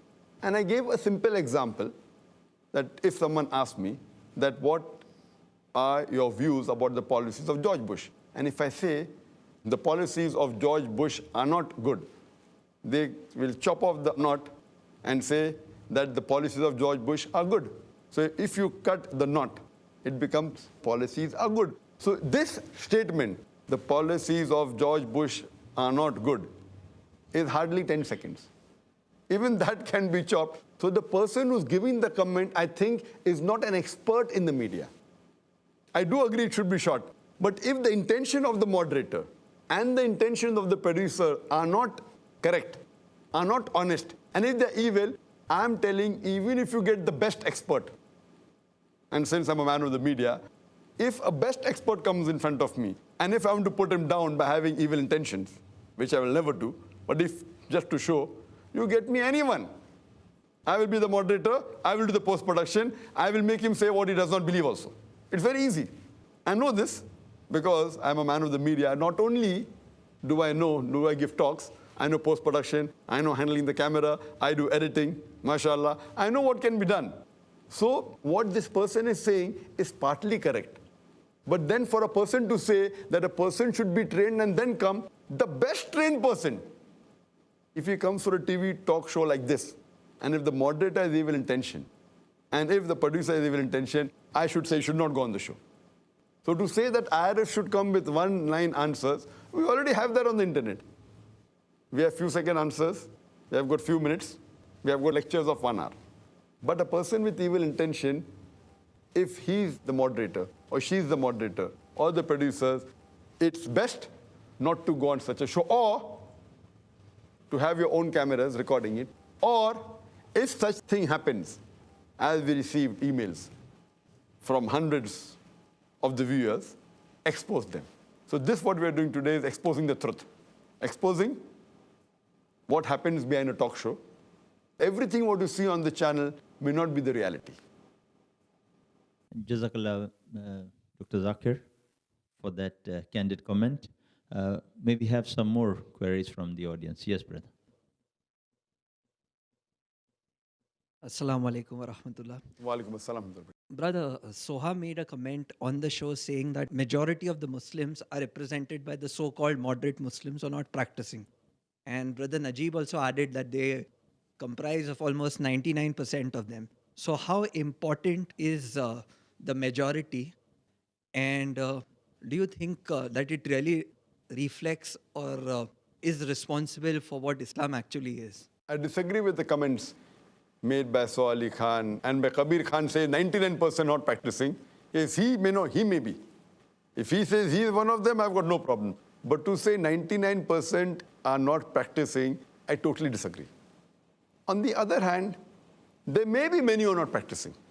But today, amongst all the religions, though on census form, according to statistics, the religion which has the maximum following is Christianity, has about more than 2.5 billion. But according to statistics, the religion which is maximum followed is Islam. The religion which is maximum practiced, it is Islam. Coming to your question, does majority carry a weight? No. If majority says 2 plus 2 equal to 3, does 2 plus 2 become 3? No. 2 plus 2 will remain 4. So it is not the majority which wins, it is the haqq which wins. So democracy sometimes has a problem. In democracy, if majority says 2 plus 2 is equal to 3, then 2 plus 2 becomes 3, which is not the case. So in Islam, majority doesn't win, the truth wins. So to know about Islam, if majority people say that Muslim means a person living in Saudi Arabia or a person living in, maybe Lucknow, that doesn't become truth. So majority never wins, it is the truth which wins. So to know what is the definition of Muslim, you have to go to the dictionary. And there you find Muslim means a person who submits his will to God. So a Muslim is a person who follows the commandments of Almighty God and the last and final messenger, Prophet Muhammad, peace be upon him. Yes, brother. Brother, while the show, Shah Rukh Khan made a comment about Salah, that namaz jo hai niyat se padhi jati hai, and he believes that namaz hamesha niyat se padhi jati hai. I would like to have your comments on it and the importance of Salah in Islam. Yes, I do agree that Shah Rukh Khan had said that Salah is to be paid with. Niyat is very important. Intention is important. If there's no intention, then Salah will be like gymnastics. So I do agree with this. Therefore, I said many things he said was correct. Though he said it that, Salah is important, but Barkhadat, do you pray? So here, she even wants to expose Shah Rukh Khan. He said it's important to pray, but she asked, do you pray? And then he said that, I have to admit I don't pray 5 times. That means when he made a positive comment about Islam, Barkhadat goes out of the way to expose him. When a person says praying is good, at least he's not doing kufr. See, a person who says praying is not required, then he becomes a kafir. Based on the hadith of Sahih Muslim, that the difference between iman and kufr is salah. If a person does not pray and says it is required to pray, he's not a kafir. He's agreeing that it is a fard, it's important, but he is lacking it. He's not able to do the fard. So here, Shah Rukh Khan agreed that Salah is important. And his statement that Salah is paid with niyat is correct, but with niyat and also the way the Prophet showed us. So Prophet did say that niyat is important. Same thing with fasting. Without niyah, the fasting is useless. It will be like starvation. But with niyah also you have to follow the rules and regulations that you have to stop eating before the break of dawn, eating and drinking until sunset. Similar in Salah, besides niyah, even the postures as described by the Prophet. The Prophet said, pray as you see me pray. So Salah is the second pillar of Islam after Tawheed, after believing in one God. The second most important pillar, it is Salah. Why? Because Salah, as I say, is a programming towards righteousness. It keeps you on the right track. And that is the reason it's mentioned in the Quran and several hadith that you should pray 5 times a day minimum. Hope that answers the question. Any questions from the brothers? Yeah? Yes, brother. Assalamu alaikum, Zakir bhai. Wa alaikum assalam. This is regarding Kabir Khan. He said that I am a Muslim, but I reject all the rituals of Islam. But Islam is in my culture. So what's your comment on that? Same thing, he says, I am a Muslim, but I reject the rituals of Islam. So how can he be a Muslim? Rituals means the practices mentioned in the Quran and Sahih Hadith. The person who practices Islam is called as a Muslim. If he rejects the practice of Islam, how can he be called a Muslim? He can be called a pseudo-Muslim. Islam is in my culture. See, the culture is different, Muslim culture is different, and Islam is different. Islamic culture includes the rituals. If you say Muslim culture, talking about the culture of the country, it is different. We're talking about Islamic culture. Islamic culture is part of Islam. So he says he doesn't follow the Islamic rituals, but follow the Islamic culture. I don't understand what he's trying to say. Is he speaking English? A few comments from our website. We have Hasibullah Rahimi who says, I found this program a waste of time. Fayaz Salafi says, Well, it was completely a flop show, wasting our precious time, where Dr. Zakir Naik was not given an opportunity to speak for truth, to convince all these illiterate Muslims as well as non-Muslims. Shah Rukh and Karan were given every possible moment to speak for nothing.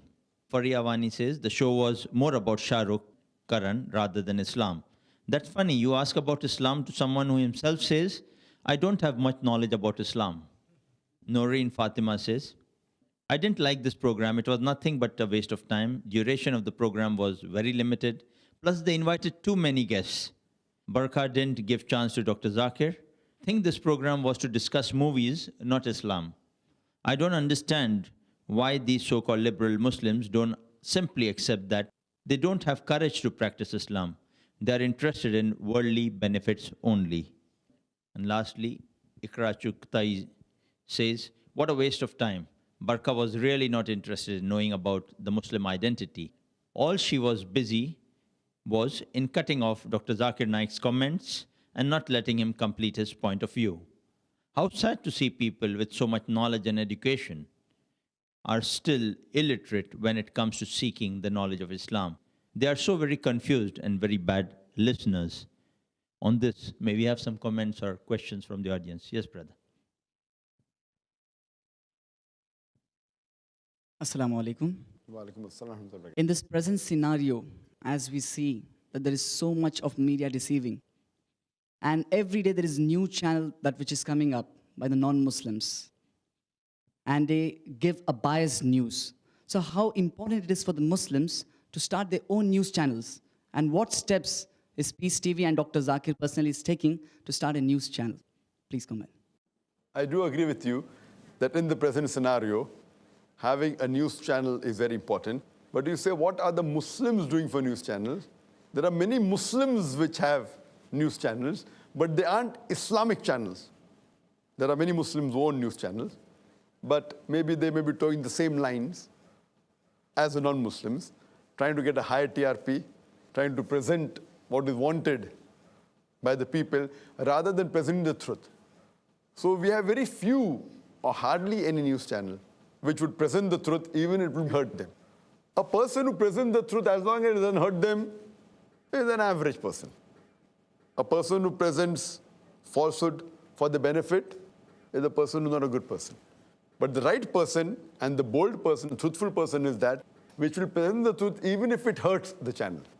So it requires such channels which speak the truth and which present what is right. As far as starting a news channel, it is there in my agenda. When will it happen? Allah alam. Allah knows. Whether we do it or somebody else will come and do it, but there's a dire need of having a channel which speaks the truth about the media, or rather having a true current affairs channel. I wouldn't say an Islamic channel, because we have Islamic channels already. What we require is a true current affairs channel which speaks the truth, and if a Muslim has done some crime, then the Muslim should be condemned after giving him a fair hearing. That doesn't mean that we should only praise the Muslims. There are black sheep in the community. So if that Muslim has done something wrong against humanity, against Islam, he should be condemned.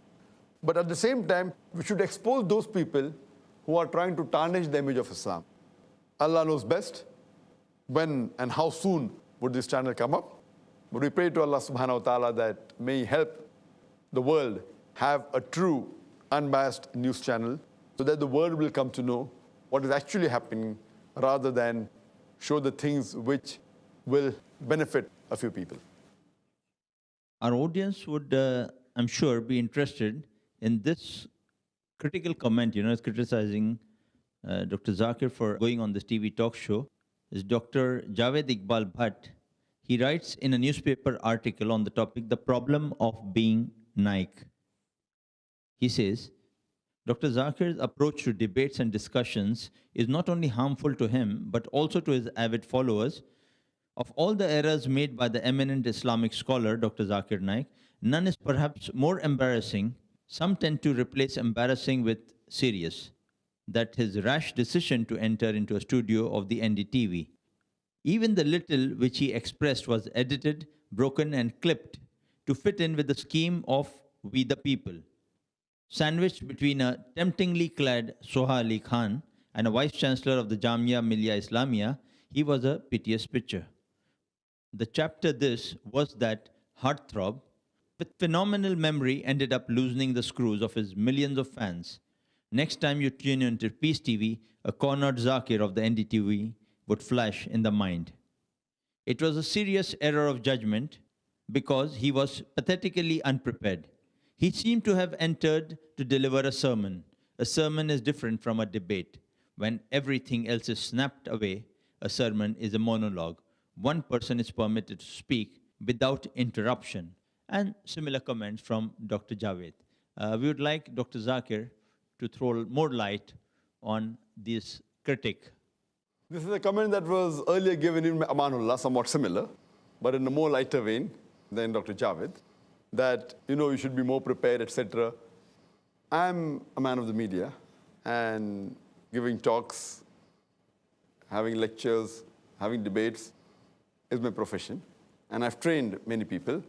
But again, what I would like to say, which I said earlier, that he himself was contradicting Dr. Javed when he says that Dr. Zakir Naik, he showed a pitiable picture and what he spoke was edited. So when he agrees that there is injustice done in the editing, how can he blame me?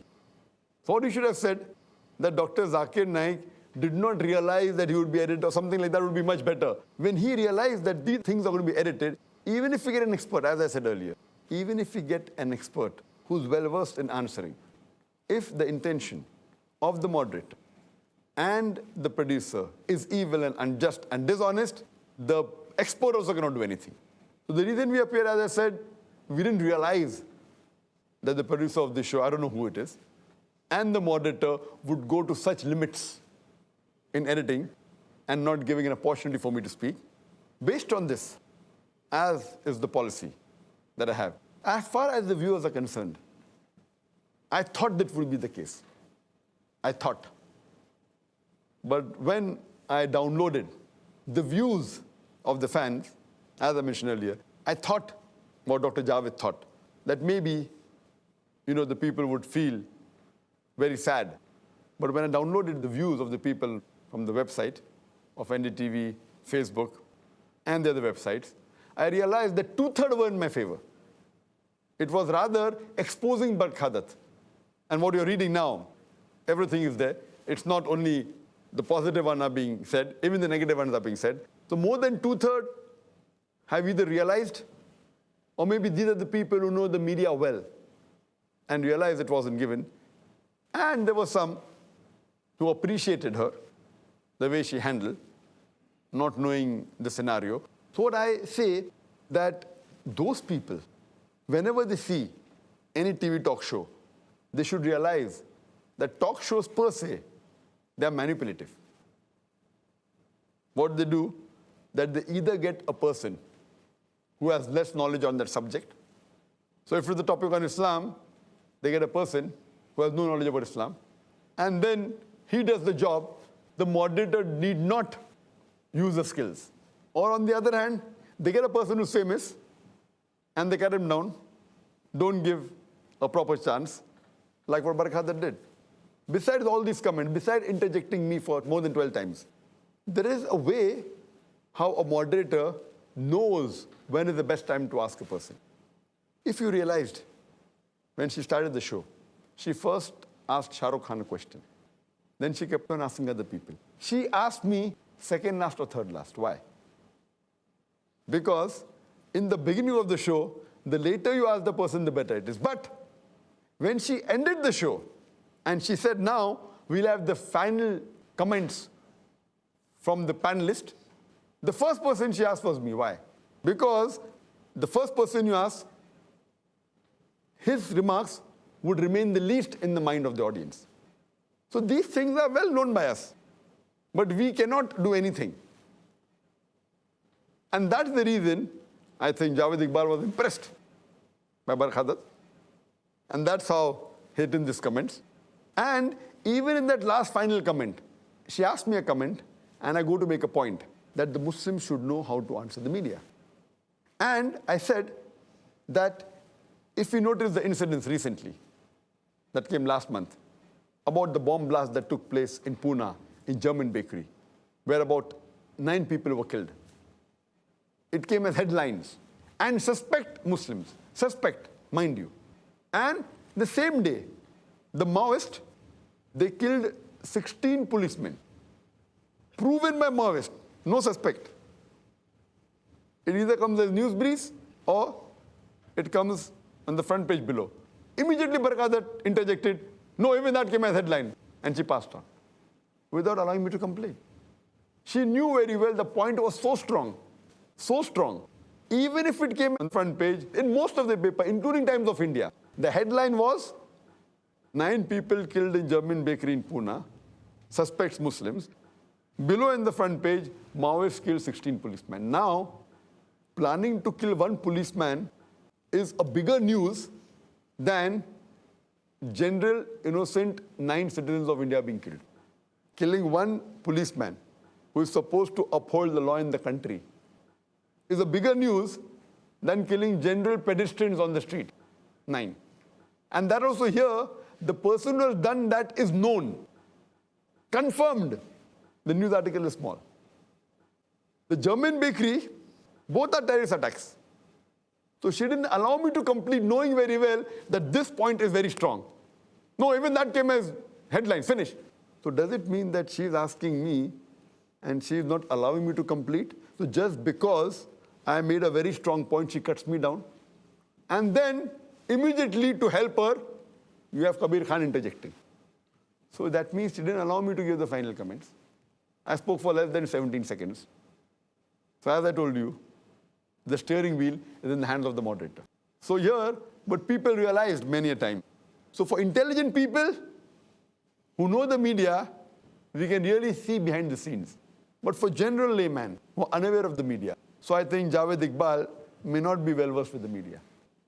But if he knows the media well, he would have made that comment. Jazakallah, Dr. Zakir. Thank you for your comments, which actually turned the tables over on the understanding when it was half cut. You completed the other half, mashallah. I think the audience gets more enlightened on that. The next question from the brother at the back. Assalamu alaikum wa rahmatullahi wa barakatuh. Wa alaikum assalam wa rahmatullahi wa barakatuh. There were 2 females from the audience who were discussing about the hijab. First, a Muslim female said that I wear a hijab and I will explain to those who are not wearing a hijab that you should wear a hijab as a Muslim. But then a Muslim female, another Muslim female, she said that she will explain to her. That means she thinks that it is wrong. So she doesn't find it wrong that not wearing a hijab is okay for her. So what are your comments on this compulsion of wearing a hijab as a Muslim? Yes, I do agree that when Barkadat asked, this girl was wearing a hijab, and she explained that she's wearing hijab out of free will. And then Barkadat asked her that if another Muslim girl does not wear, would you mind? She said, I wouldn't mind, but I'll explain to her. That wasn't taken very well by Barkadat. Neither one of the panelists, the Najib Jung. Oh, see, that is counseling. That's the problem. That's the problem with fanatic Muslims. He said something like that. That's not the problem. That's the problem with the practicing Muslim. It's not a problem. It is the duty of a practicing Muslim. As I mentioned, Quran says in Surah Al-Imran, chapter 3, verse 110, "Kuntum khayra ummatin ukhrijat lin-nas, ta'miruna bil ma'ruf wa tanhauna 'anil munkar wa tu'minuna billah." That ye are the best of people evolved for mankind because we enjoin what is good and forbid what is wrong. If you do not enjoin what is good and forbid what is wrong, we aren't the best of people. So Najib Jung, being a vice chancellor of Jamia Millia, doesn't know this verse of the Quran. It's compulsory duty. So he's saying it is the problem with such Muslims. It is the duty of every practicing Muslim. Similarly, that girl who said, that means she does not agree. Yes, she does not mind, but she does not agree. Similarly, when I said that if a person does not have drugs, and if I counsel him don't have drugs, then Najib Jung will be happy. Because the secular world feels that drug is wrong. So just because the secular world feels that the drug is harmful, and when I'm counseling a person who's a drug addict, don't have drugs, they're happy. Similarly, when I have knowledge of the Quran, and I know that modesty is important, and if you hear my talks on women's rights in Islam, that why is hijab required? As the Quran says in Surah Ahzab, chapter 33, verse 59, O Prophet, tell your wives and your daughters and the believing women that when they go abroad, they should put on the cloak, put on the jilbab, so that they shall be recognized and it will prevent them from being molested. One of the reasons for eavesdropping, for molestation, for the rape is the way the girls are dressed up. Besides the rapist being responsible, even the girls and the ladies wearing such clothes are responsible. Tali du'a se bachti hai. And I've given various answers. Time doesn't permit me to give a long answer. But if you see my cassette on women's rights in Islam, I've given the reason for hijab, or misconception about Islam. What is the reason for hijab? So a girl who knows this will really want to be modest. On the other hand, the girl who is revealing more than concealing, why is she doing this? Even she knows that by revealing, more people will look at her. So she wants more people to look at her. She may not like being raped, that's a different question. But, as I said, that she is responsible.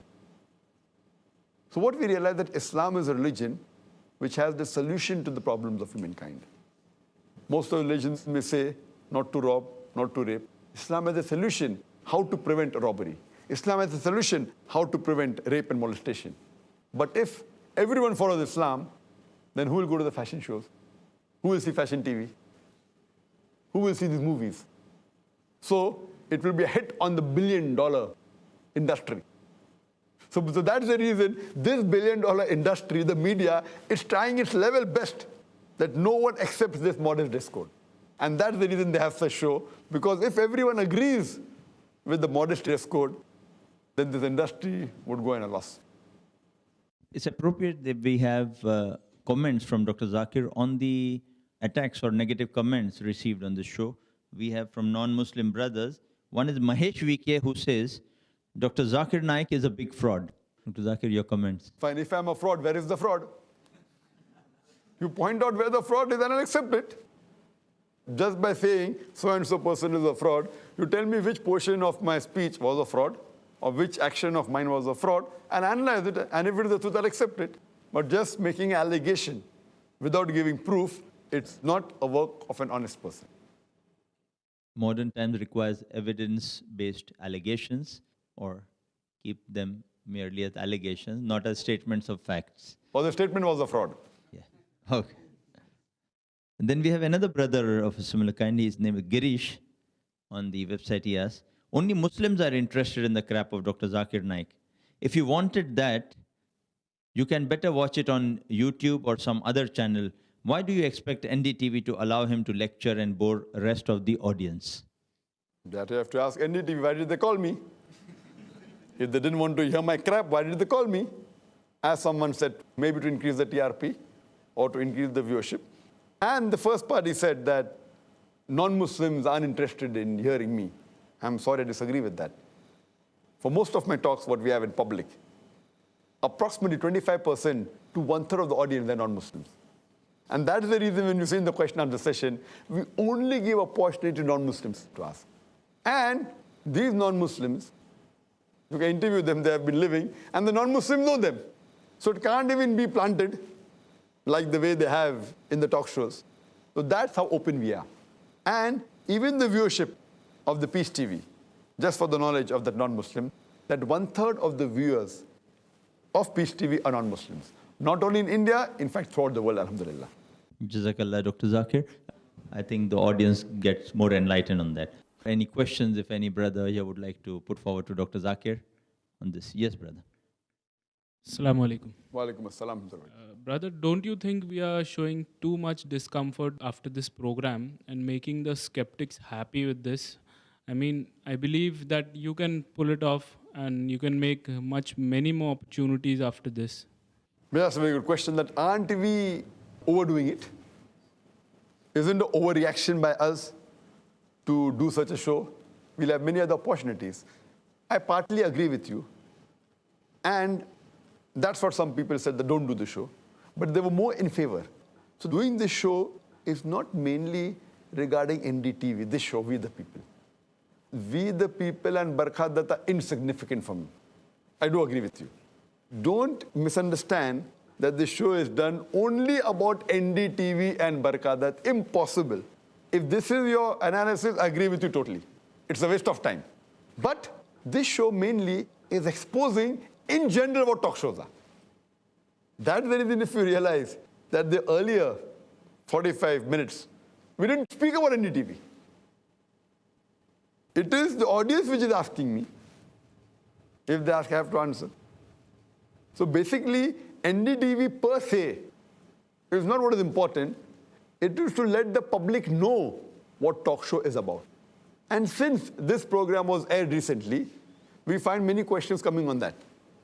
What I would request that even if public ask in general what talk shows are, it's important. So here what is it that we are having specific time on that issue. Though I have spoken about media, but normally when a person poses me a question, a question answer session, the answer can't be for more than 3, 4 or 5 minutes. Here we have a couple of hours to speak about it, post-mortem it, and discuss it. So it's very important that the main purpose of this show is to let the people know what goes behind the scene. And I'm sure, if you're not a man of the media, do you know that by editing, if I take your TV interview and I take your comment and I edit, as I mentioned earlier, you too would feel it was a slip of the tongue, which maybe before the show you weren't aware of it. Were you aware that a portion can be cut? You are aware editing is done. But even if I take your interview, you would be shocked and you will think that it was a slip of the tongue when you say that, if you disagree with George Bush, I'll make you feel as though you're agreeing. So these things, if examples are given, this is not part of the show, not part of NDTV. I gave a couple of examples of NDTV, but generally what happens behind the scene. So the main purpose of this is not overdoing it, is to expose the truth behind the TV talk shows. Jazakallah, Dr. Zakir. We continue with our displeasure, discontent, distress. These kind of comments continue, a few before me now. We have Shabbir Ghani saying, shame on NDTV and Barkha. Such a biased show. Shumaila Siddiqui says, show. The show was useless. Sami Imtiaz says, I have and keep telling that Barkha in a program is always trying only one thing, that's to project herself. She is devoid of any intellectual material, nor do her show offer any intellectual appeal. Masroor Ashraf says, agree with you. Over the years, Barkha has hogged the limelight. She has become more arrogant. I'm starting to hate NDTV because of her. I hope Pranoy Roy is reading these comments. Nadia Jamal says, I was your fan till yesterday, Barkha, but not anymore. After watching We the People yesterday and not letting the Islamic scholars speak who hold a thorough knowledge of Islam, let me clear the misconception about Islam. It is not the religion only for Muslims, but for whole mankind. I would advise you to read and do a thorough research before conducting shows on Muslims and Islam. On this note, we throw open the floor for questions from our brothers here. Any comments? Yes, brother. Assalamu alaikum, Zakir bhai. Walaikum assalam wa rahmatullahi. Zakir bhai, you are a media man. It would be interesting to know your perspective on why the media, not only in India, but all over the world, take so much pleasure in maligning Islam. What are the forces that compel these people to malign Islam at every given opportunity? The question regarding why does media enjoy or why does the media malign Islam? Because, as you are aware, that Islam is the fastest growing religion in the world. And the reason they want to malign is because it is a very good way of getting high TRP. For example, you write a book against Islam, and high chance it will become the bestseller. Similarly, you have programs against Muslims, and your viewership will increase. Because today, Islam is the fastest growing religion. And that's the reason, the more the people malign Islam, these people who don't like Islam, they want to promote it. So that's one of the major reasons I feel that the media also loves maligning Islam, so that they can benefit from the viewership. Yes, brother.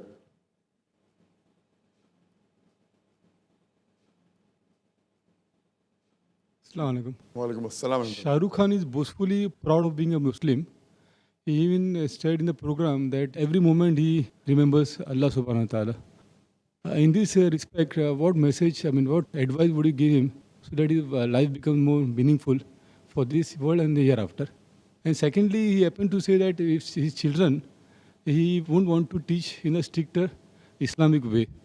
So, what is this stricter Islamic way teaching? And then what kind of values may be imbibed in the children so that they get the Islamic value in them?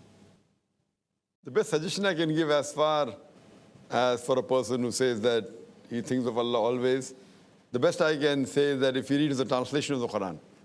He said he has read the Quran in Arabic, he has read it in English, but if he keeps on reading Quran and makes it a part of his daily life, because the glorious Quran is the most positive book in the world. It's a proclamation to humanity. It's a fountain of mercy and wisdom. It's a guide to the erring. It's hope to those in despair. It's a solace to the suffering. And it's an assurance to those in doubt. I feel if a person is attached to the Quran, that's the best guide that he can have. As far as he mentioning that he wants his children to learn Islam, it's nice of him to say that he wants his children to learn Islam, but he's a little bit skeptical that not the Islam which is followed by certain Muslims who he feels may be going to one extreme or one excess. So the best, what I feel, as far as the young generation is there, we should talk to them Islam with reason, logic, and science. Islam is the most scientific religion, it is the most logical religion, and it is a religion which has the solution to the problems of humankind. So if you explain Islam in the right way, inshallah the youngsters, and that is the reason today we find that the younger generation, they are coming closer to Islam even than their parents. Jazakallah. We have a negative comment from brother Sabir Bhatt, non-Muslim. He says, this on the website, "Hello Barkha, religions are all antiquated. Why did you have to bring in a nutcase like Zakir Naik on the show? Surah number so-and-so. Give me a break. This guy cannot think on his own. He should have sent his gramophone record instead. Isn't it time for human beings to move on and on, away from history and religions? You can learn from them, but why to? See, more make them a cornerstone for your present-day thought. We have covered a lot of ground in the last 5,000 years or 1,400 years. Why are these clowns dragging us back in time?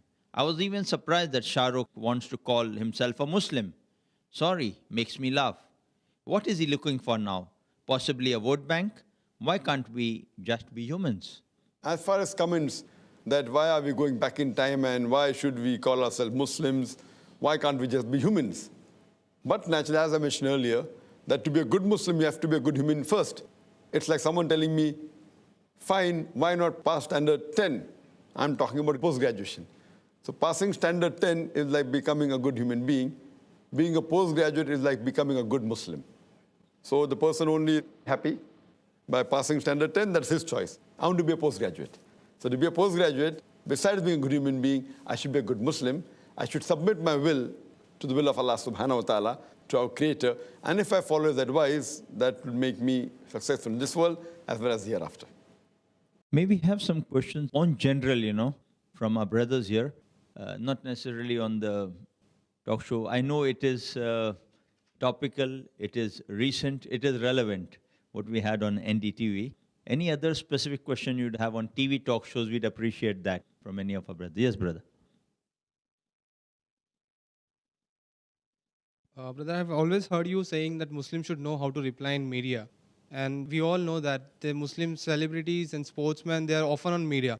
So what would you suggest to these Muslims to how to be interact? Because they feel like Inshallah and Mashallah is only Islam. While talking to media, they say Inshallah, Mashallah, and they feel very proud of it. So what would be your suggestion to such Muslims who are often in media? Those Muslims who are sportsmen and who are celebrities, they are in the media, I feel that they should take this opportunity. And I feel they should be able to convey the message of Allah subhanahu wa ta'ala. Now, how it is done, it should be done subtly. Because if he's the sportsman, if he's the celebrity, maybe he'll be having many non-Muslims as followers. So this is a good opportunity where he can convey the message of Allah subhanahu wa ta'ala. Like he should get in his life the teachings of Islam. And if the person is a practicing Muslim, he will surely do it. Unfortunately, it's a pity that most of the Muslim celebrities, whether they're sportsmen or whether they're in the film industry, unfortunately, they're far away from practicing Islam. So that gives a very negative picture of Islam. So if they come closer to the Quran and closer to practicing Islam, inshallah, immediately they will feel that they will be good ambassadors of Islam. We have two quick comments from the website. Javed Sheikh says, look guys, I won't blame Shah Rukh because he didn't speak anything on the Quran and Sunnah. He admitted the fact that he is not a practicing Muslim and more work is needed to be done on his part. And he honestly said the fact that we Muslims need specialists, that's people like Zakir Naik. So he respected the ulamas and scholars, just that he's having his personal jihad to be a better Muslim. He didn't offend us like the stupid Kabir Khan or Soha Ali Khan. He was keeping quiet for a reason. We have another comment regarding the talk show from Ahmad Abdullah, says at the rate of Smart TS. Well, if you go through details and a little bit of research, then you will come to know that 9/11 was well-manipulated massacre planned by American politics. More than 200 engineers and architects from America only have proved that, and Fahrenheit 9/11 exposes the truth through film industry media. And for more, you can go to www.911myths.com. Don't get driven by what big banners show you, because what they have is a proper platform, but what you have is a brain to use. We have Zainab Ahmed asking, the worst part was when Dr. Zakir was given a chance to speak. They just barged on him, and that was after they had their say. I feel the topic on Bin Laden shouldn't have risen. They would have done it on purpose. I would request Dr. Zakir to comment on this, As I said earlier, that Barkhadat had done homework, and she knew my views, not that she was not expecting that answer. She knew that answer, very well she knew the answer, but she also knew that she could cut me down, and she would not give an opportunity for me to explain. So she has done her homework well, and I knew what was coming. We have some comments from other brothers. Shahbaz Siddiqui says, my point is that they called him just to raise their TRPs of their show. We the people, how many people agreeing to it? Commenting on Dr. Zakir. We have Bint Abdullah saying, after all, what they did with Dr. Zakir, mashallah, he was calm and smiling. May Allah bless and reward him for his patience. Shahbaz Siddiqui says, he was not even given a chance and he was stopped every time when he came to the topic. They gave a chance to people who can run their media. Shame on our Indian media who is next to the terrorists. We would like to ask on this particular note, we've had so many comments which are people who are so perturbed, disturbed by this kind of attitude of the media, which does not let us have a clear picture about stereotyping of Muslims. And it just remains an inconclusive talk show for many who saw the program. I would like Dr. Zakir to give a more in-depth understanding of what can we do about such a situation in the modern world we live in. Are you talking about the talk show or about the topic of the talk show? About the talk show and how they come to conclusions which are not wholesome as such. As far as the talk show is concerned, as I said, that most of the talk show, they have an agenda. And most of them, they're able to meet the agenda. So a viewer, therefore, doesn't know what the real views of the panelists are. Or they get a person on the panel which toes the same line. So therefore, I feel that most of the talk shows, they don't speak the truth. Therefore, I'm not too much in favor of talk shows. And this show that we are having here is made to expose what is behind the talk show. So therefore, next time when a person sees the talk show, you should keep in mind that are these people speaking the truth? Or is the moderator allowing the truth to be spoken? Or is the producer not editing it? So these things will surely, next time, all those who have heard this program would give a second thought before making the conclusion after seeing a talk show. Many of the brothers outside and some here have raised the issue that don't we feel in India, many of these talk shows, especially in the kind of societies we live in the modern world, they tend to be more inclusive than exclusive. You have to be more subtle than upright for what you say. That's what they sometimes tend to look at. How would we as Muslims tend to handle this kind of situation that we face in these talk shows? I feel you should call a spade a spade. There's nothing of being subtle. Yes, you should speak with hikmah. As the Quran says in Surah Nahl, chapter 16, verse 125, Udu ila sabri rabbika bil hikmah wal maghzit al hasna wa jadil millati ahsan. That invite all to the way of their Lord with wisdom and preaching, and argue with them and reason with them in the ways that are best and gracious. We as Muslims should use hikmah while answering to the media as well as while being on the talk show. 2-3 brief comments from the website, Most of these comments which we are reading out before our audience are mostly on the NDTV website itself after the program was aired. I think more than 60-70% of these comments are taken from there, while a few are from other famous websites which we know of. We have Abdullah Baisa, who says, I weren't even watching that channel before, but when I came to know Dr. Zakir too will be there, direct, I expected much, at least, to give him chance to explain the things which those people don't know. I'm sad, really sad. We have Shahbaz Siddiqui, who says, yeah, exactly, you watched it because of Dr. Zakir Naik, but there was nothing from him because he was not given a chance to speak, and NDTV got the viewers. A nice plan made by NDTV. Media really sucks. And Danish Khan says, Dr. Zakir did a great job. Got to see his patients today. 3 cheers for him. Can we have some final comments on this from some of our brothers here? And any queries for Dr. Zakir? Yes, brother. The aim of this program was to expose the double standards of the media, I suppose. Do you think we have reached the aim? That is number one. Another thing is, how do we reach out to the people who are watching NDTV? I mean, this will be aired on Peace TV. What about the viewers who are hooked on to NDTV? How do we reach this exposed matter to them? As far as have we reached or have we achieved the goal? Yes, to a great extent.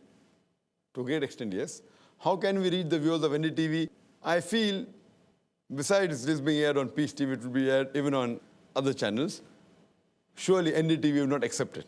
Surely, they aren't that bold.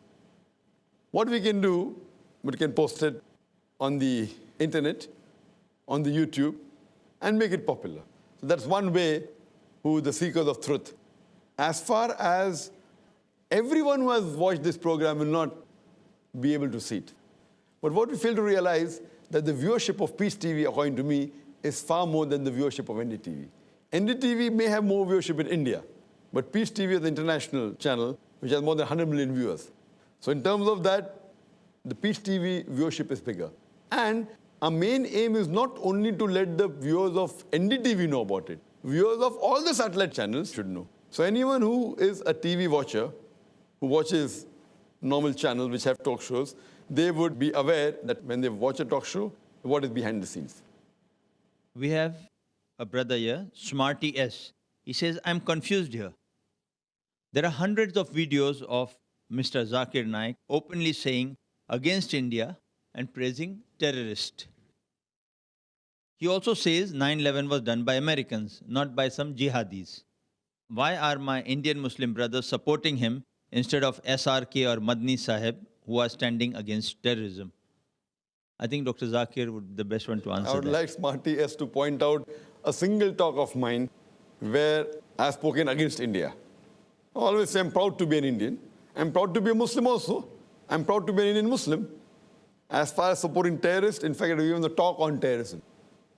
And the Quran clearly mentions in Surah Ma'idah, chapter 5, verse 32, that if anyone kills any other human being, unless it be for murder or for spreading corruption in the land, it is as though he has killed the whole of humanity. So killing any innocent human being, according to the Quran, is as though he has killed the whole of humanity. I'm totally against a person terrorizing any innocent human being. what he may be saying, who he thinks is a terrorist, and who I say I don't know. So if I don't know, and I've got no proof that the person is the terrorist, I cannot condemn him. That doesn't mean I'm supporting terrorism. What I'm saying, that who they call as a terrorist, there isn't any sufficient proof to call that person a terrorist. But terrorizing innocent people in all ways has to be condemned, and Quran and Islam condemns the killing of any innocent human being. Jazakallah, brother. May we have 2 or 3 questions from the brothers? The next question from the brother in the front. What is the Muslim identity and is it required? As far as the whole talk show on We the People, the Muslim identity is concerned, I don't think the talk show did justice. What is the Muslim identity? And if you want to know what the Muslim identity is, you have to go to the authentic sources. That is the Quran and the Sahih Hadith. And as far as the Muslim identity is concerned, identity means the person should identify. The practice of Muslim are many. You should be honest, you should not cheat, you should not tell a lie, etc., etc. But identity means a label. And the label for a Muslim is, as per mentioned in the hadith of the Prophet Muhammad, it's mentioned in Sahih Bukhari, volume number 7, in the book of dress, hadith number 5892, that the beloved Prophet Muhammad said, that do the opposite of what the pagans do. Trim your mustaches and let your beard grow. So growing the beard is the commandment of the Prophet. And that is one of the identity of the Muslim. It's a sunnah. Some people call it fard, the difference of opinion. But no one says that it is not part of Islam, except those people who don't have knowledge of Islam. And the other identity is covering the head. The Prophet always, whenever he went out, he always covered his head. Sometimes with a helmet, sometimes with a turban, sometimes with a cloth. Covering the head is the sunnah of the Prophet. And this can be seen in various hadith of Sahih Bukhari, volume number 7, in the book of dress, chapter number 16, as well as Sahih Bukhari, volume number 7, in the book of dress, hadith number 5807, where the Prophet covered his head. Though it's not a fard in Islam to cover, it's not compulsory in Islam to cover the head, it's a sunnah, it is recommended.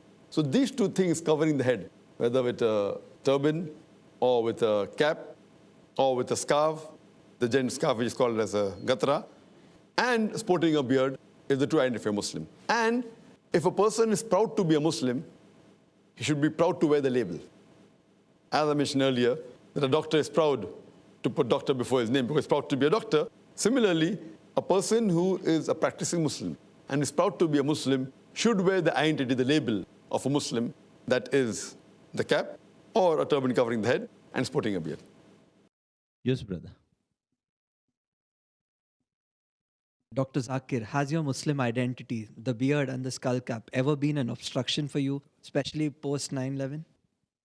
As far as the Muslim identity, the skull cap and the beard being obstruction for me, as far as my colleagues or the people who are in the same field as me, that is propagation and giving lectures, I know most of my colleagues have been in tough situations, keeping a beard, wearing a skull cap, traveling to different countries, especially going through immigration. But as far as I'm concerned, alhamdulillah, summa alhamdulillah, this cap and beard has never ever been an obstruction before 9/11 or post 9/11. In fact, it has benefited many times. Never was I in a situation where I felt that this is causing obstruction. Yes, there were situations which were delicate, especially when I traveled to different countries. And there were many occasions where they did question me. And especially the attire that I am. Besides having a cap and a beard, I'm wearing a suit and a tie. It's a soft target.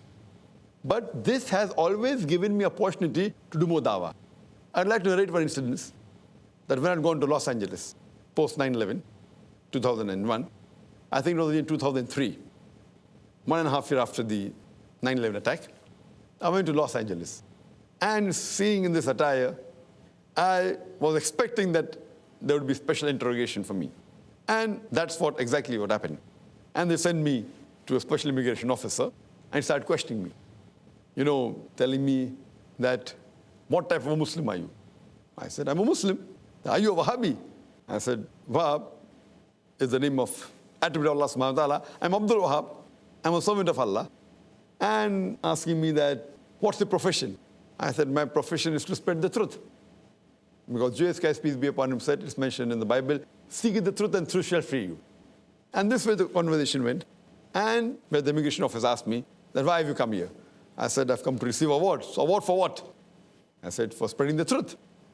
And later on when I went to the customs, I purposely said that I've come to attend a conference. Oh, conference? Okay, go for checking. And when they opened my suitcase, they found one of my DVDs, the title of which was Terrorism and Jihad in Islamic Perspective. And it showed a gun on the cover. They said, do you believe in jihad? I said, yes, I believe in jihad. Jihad means striving and struggling. Jesus Christ, peace be upon him, believed in jihad. No, do you believe in fighting? I said, yes, Jesus Christ said. It's mentioned in the Gospel of Luke, that take the sword and fight. It's mentioned in the Bible many a time that you have to fight in the book of Leviticus, in the book of Numbers, in the book of Exodus. You know, there were about 8 or 9 custom officers. They gathered together and said, that, sir, can we ask you one more question? Sir, can we ask you one more question? And I told my host who were waiting for me that, don't worry, I'm just doing some dawah. So I grabbed every opportunity to convey the message of Islam. I know it's a critical situation, especially when you go through immigration, through custom, crossing from one country to the other. I would not advise everyone to give the same answers as me, because they may not be well versed. And I follow the verse of the Quran, of Surah Al-Imran, chapter 3, verse 64, which says, "Ta'alaw ila kalimatin sawa'in bayna bainakum." Come to common terms as between us and you. Which is the first term? Allah na'budu illallah, that we worship none but Allah. And in such way, I've been to Australia, I've been to UK, and believe me, I have never been refused visa to any country in the world. And lately, after Peace TV started, I was recently last year in UK, and you know the Heathrow airport has a long queue. So I said, oh, it'll take another half an hour. And I was towards the end of the queue. Then there's an Englishman who calls me. I said, okay, one more interrogation. He said, Dr. Naik, how are you? Oh, have you come for a talk? So he makes me break the queue, thinking he wants to interrogate me, but he recognized me because he saw me on the channel. So he said, have you come for a talk? I said, no, I've just come to meet my friend. Okay, when are you coming again for a talk? And now, because I come on the channel and people see me and they hear my views, it is a benefit. And especially in the Indian immigration. In the Indian immigration, most of the time, more than 75% of the time, when I go out of the country, when I come in, the immigration officer recognizes me, whether it's a gent or whether it's a lady.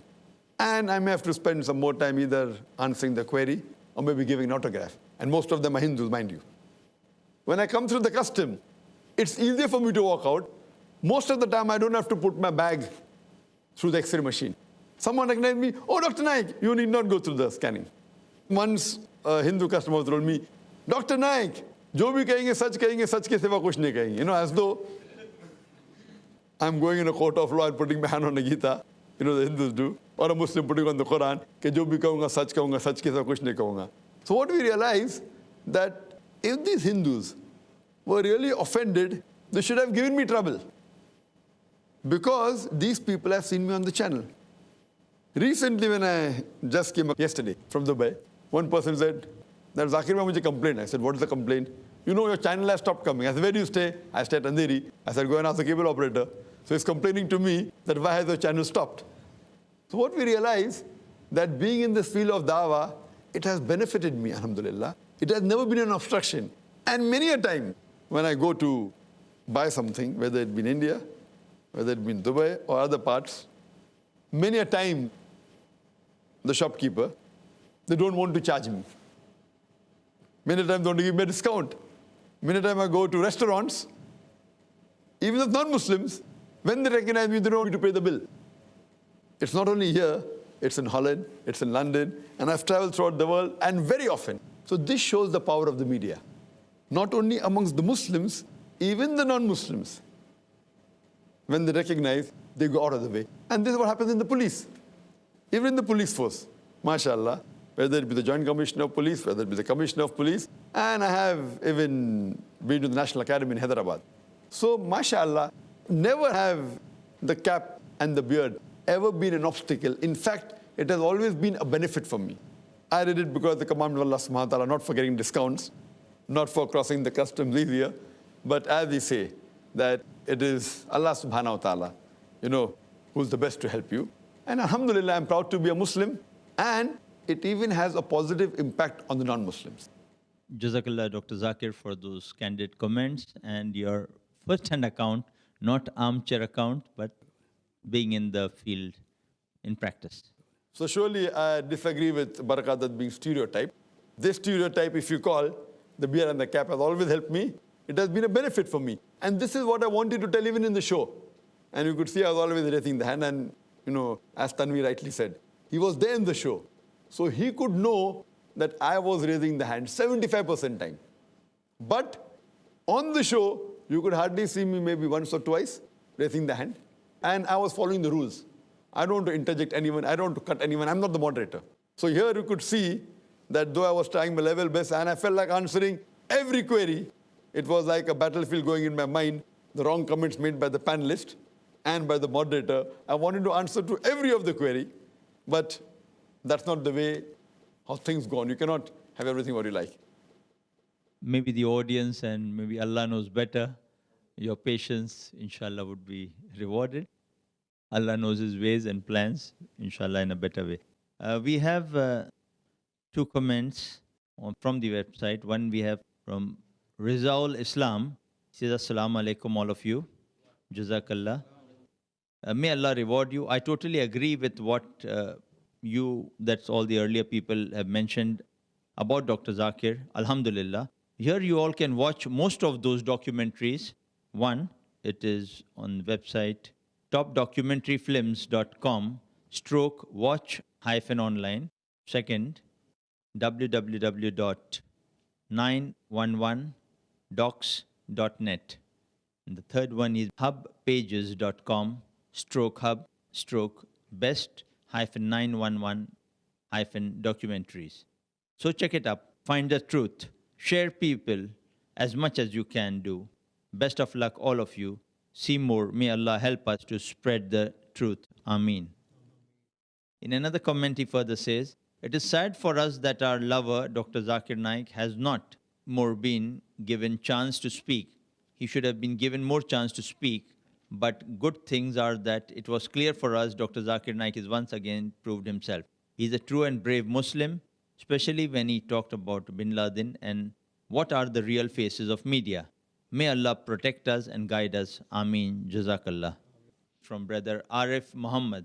He says, firstly, Barkadat once again proved it that media is against Islam. She asks actors like Shah Rukh who know nothing about Islam. He could be the best actor in the whole world. If you want to know who these terrorists are, then ask the politicians who take the law in their own hand. Muslims are not terrorists. And media as a whole is against Islam. And furthermore, Islam doesn't degrade a woman, it uplifts her.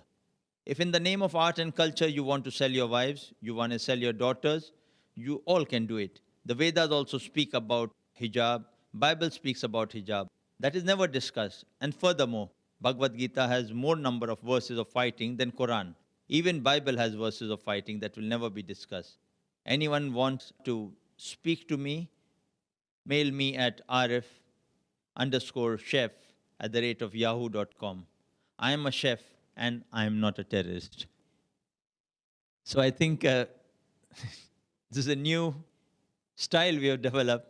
Professional Muslims, highly educated Muslims, this kind of Muslim and that kind of Muslim, and they have to say after that and clarify emphatically, I am not a terrorist. I would like Dr. Zakir to comment on that.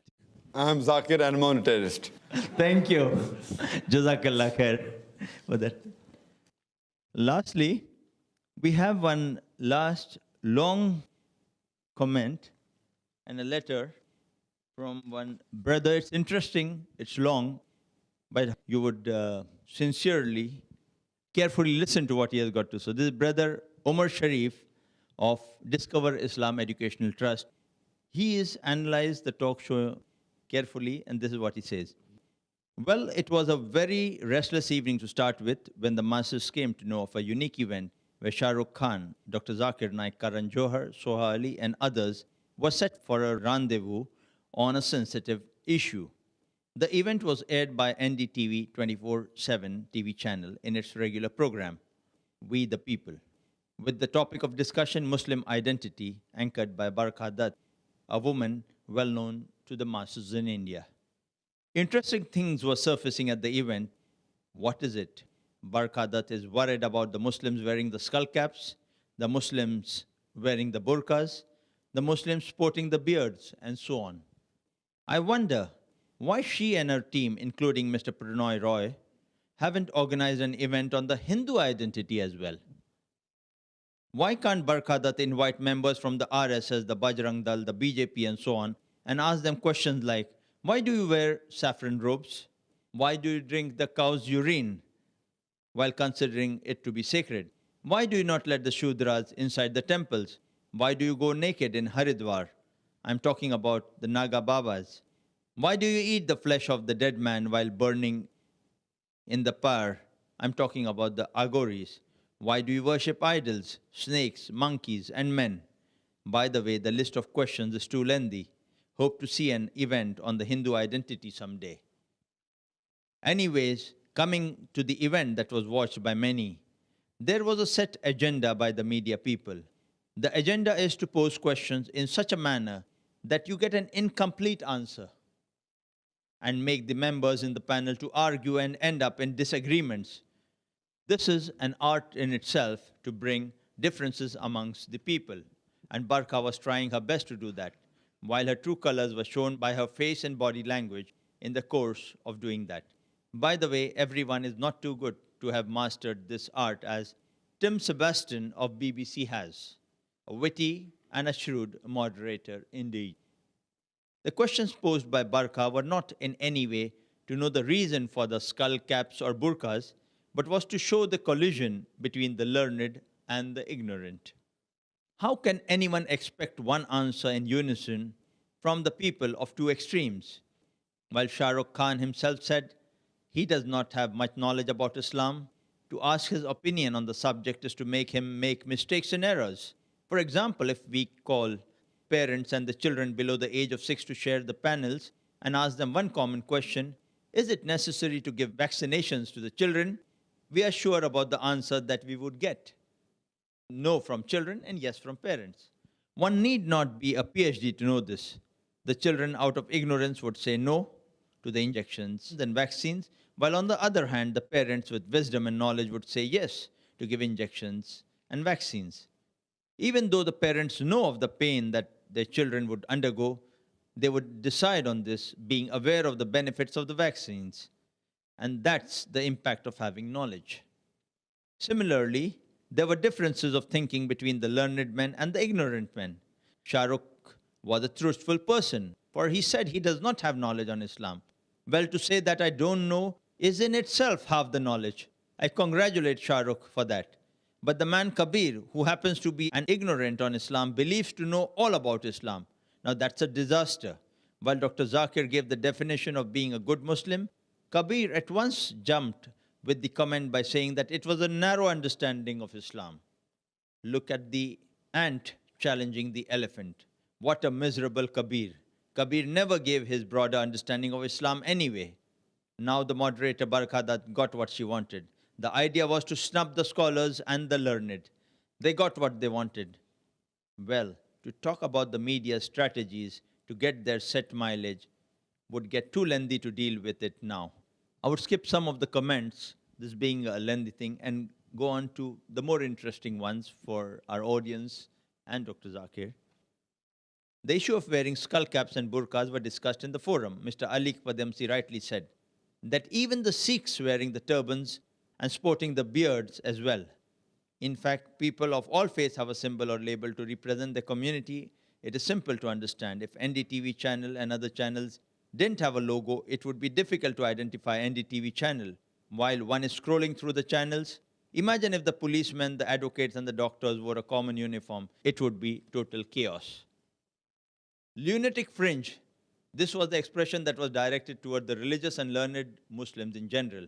That was outrageous. If the comment was made on a specific group, that can at least be tolerated, but to make a general statement on them was totally misleading.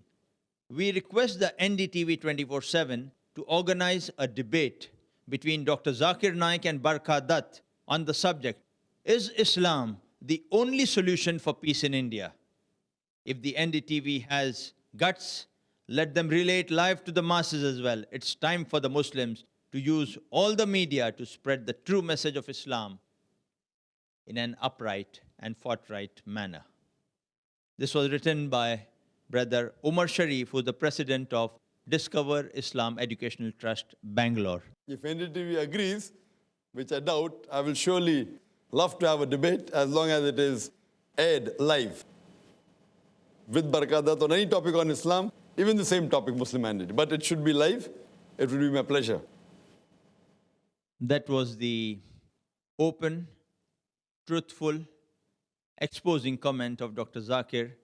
Let it be live, let it be fair, let it be just. I am all for it to explain my viewpoint.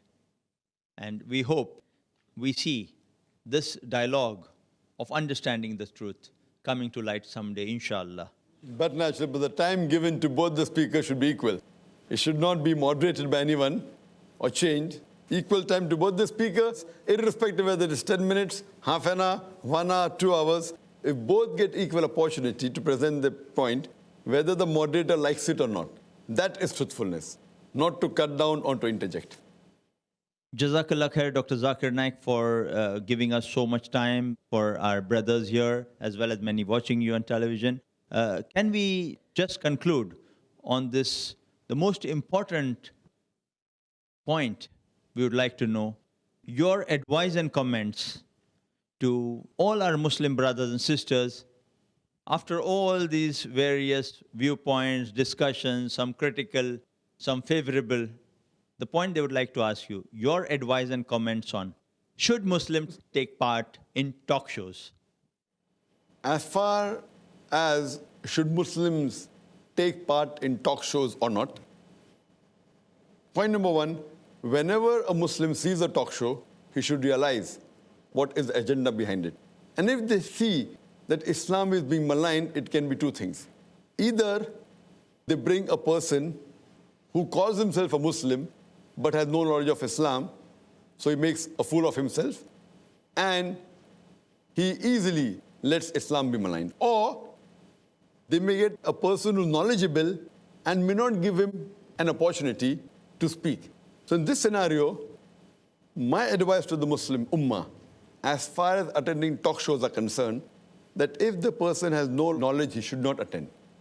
But if the person has knowledge, and if he comes on the media otherwise, whether in the print media or satellite media, he should not take part in a talk show generally without putting down conditions, because there are high chances that his answer will be manipulated. But on the other hand, if a person has knowledge on Islam and is well-versed with the media, but has no opportunity to come on the media, then he should take part so that at least the damage done by the media is minimized. As far as my final advice to the Muslim Ummah is concerned, that whenever they watch any channel, whether it be a news channel, whether it be entertainment channel, whichever channel it is, keep in mind that one of the main agendas of the media is to malign Islam. So whenever they find that Islam is being maligned, don't be impressed by it. It may be a distorted form. Therefore, if you see my talk, Media and Islam, War or Peace, I have said in detail how does the media go to different extents in trying to fulfill the agenda. That's the reason I personally am not too much in favor of news channels. Because according to me, news channels are more dangerous than the other channels. Because the other channels may have certain haram on it, maybe dancing, maybe singing, maybe pornography. But the news channel, it endangers the iman of a Muslim. It can lead to kufr. Therefore, according to me, the news channels are more dangerous than the other channels, especially for a Muslim. It can attack his iman and lead him to kufr. Therefore, beware. Whenever you watch a news channel, don't get swayed away by it. When you read a newspaper, even the newspaper is biased. But for average man to decipher the wrong information given in a print media is easier than on a news channel a television channel, because a television channel involves vision and audio. And if that is manipulated, a layman may not know the difference and will think that actually happened. That's the reason. Be careful next time you watch any news channel or talk show, and then inshallah, you may be able to decipher, if not all, at least part of the deceit of the media. Wa akhir da'wana alhamdulillah bil alamin. We thank Allah subhanahu wa ta'ala for making possible this interactive and analytical forum on TV talk shows for all of us present here today, as well as the millions who'd watch this, inshallah, on television. We thank all our brothers who have given us valuable inputs, queries, and concerns as a contribution to this program. And we thank Dr. Zakir for giving us his valuable comments, his clarifications, his conclusions to the analogy which was presented in a distorted form in some of the programs, giving us an idea how in some programs, if they're presented right, it does such a great good for Islam. In programs which are distorted, it can equally cause harm to the proper understanding of Islam. And in some programs, a mix of both.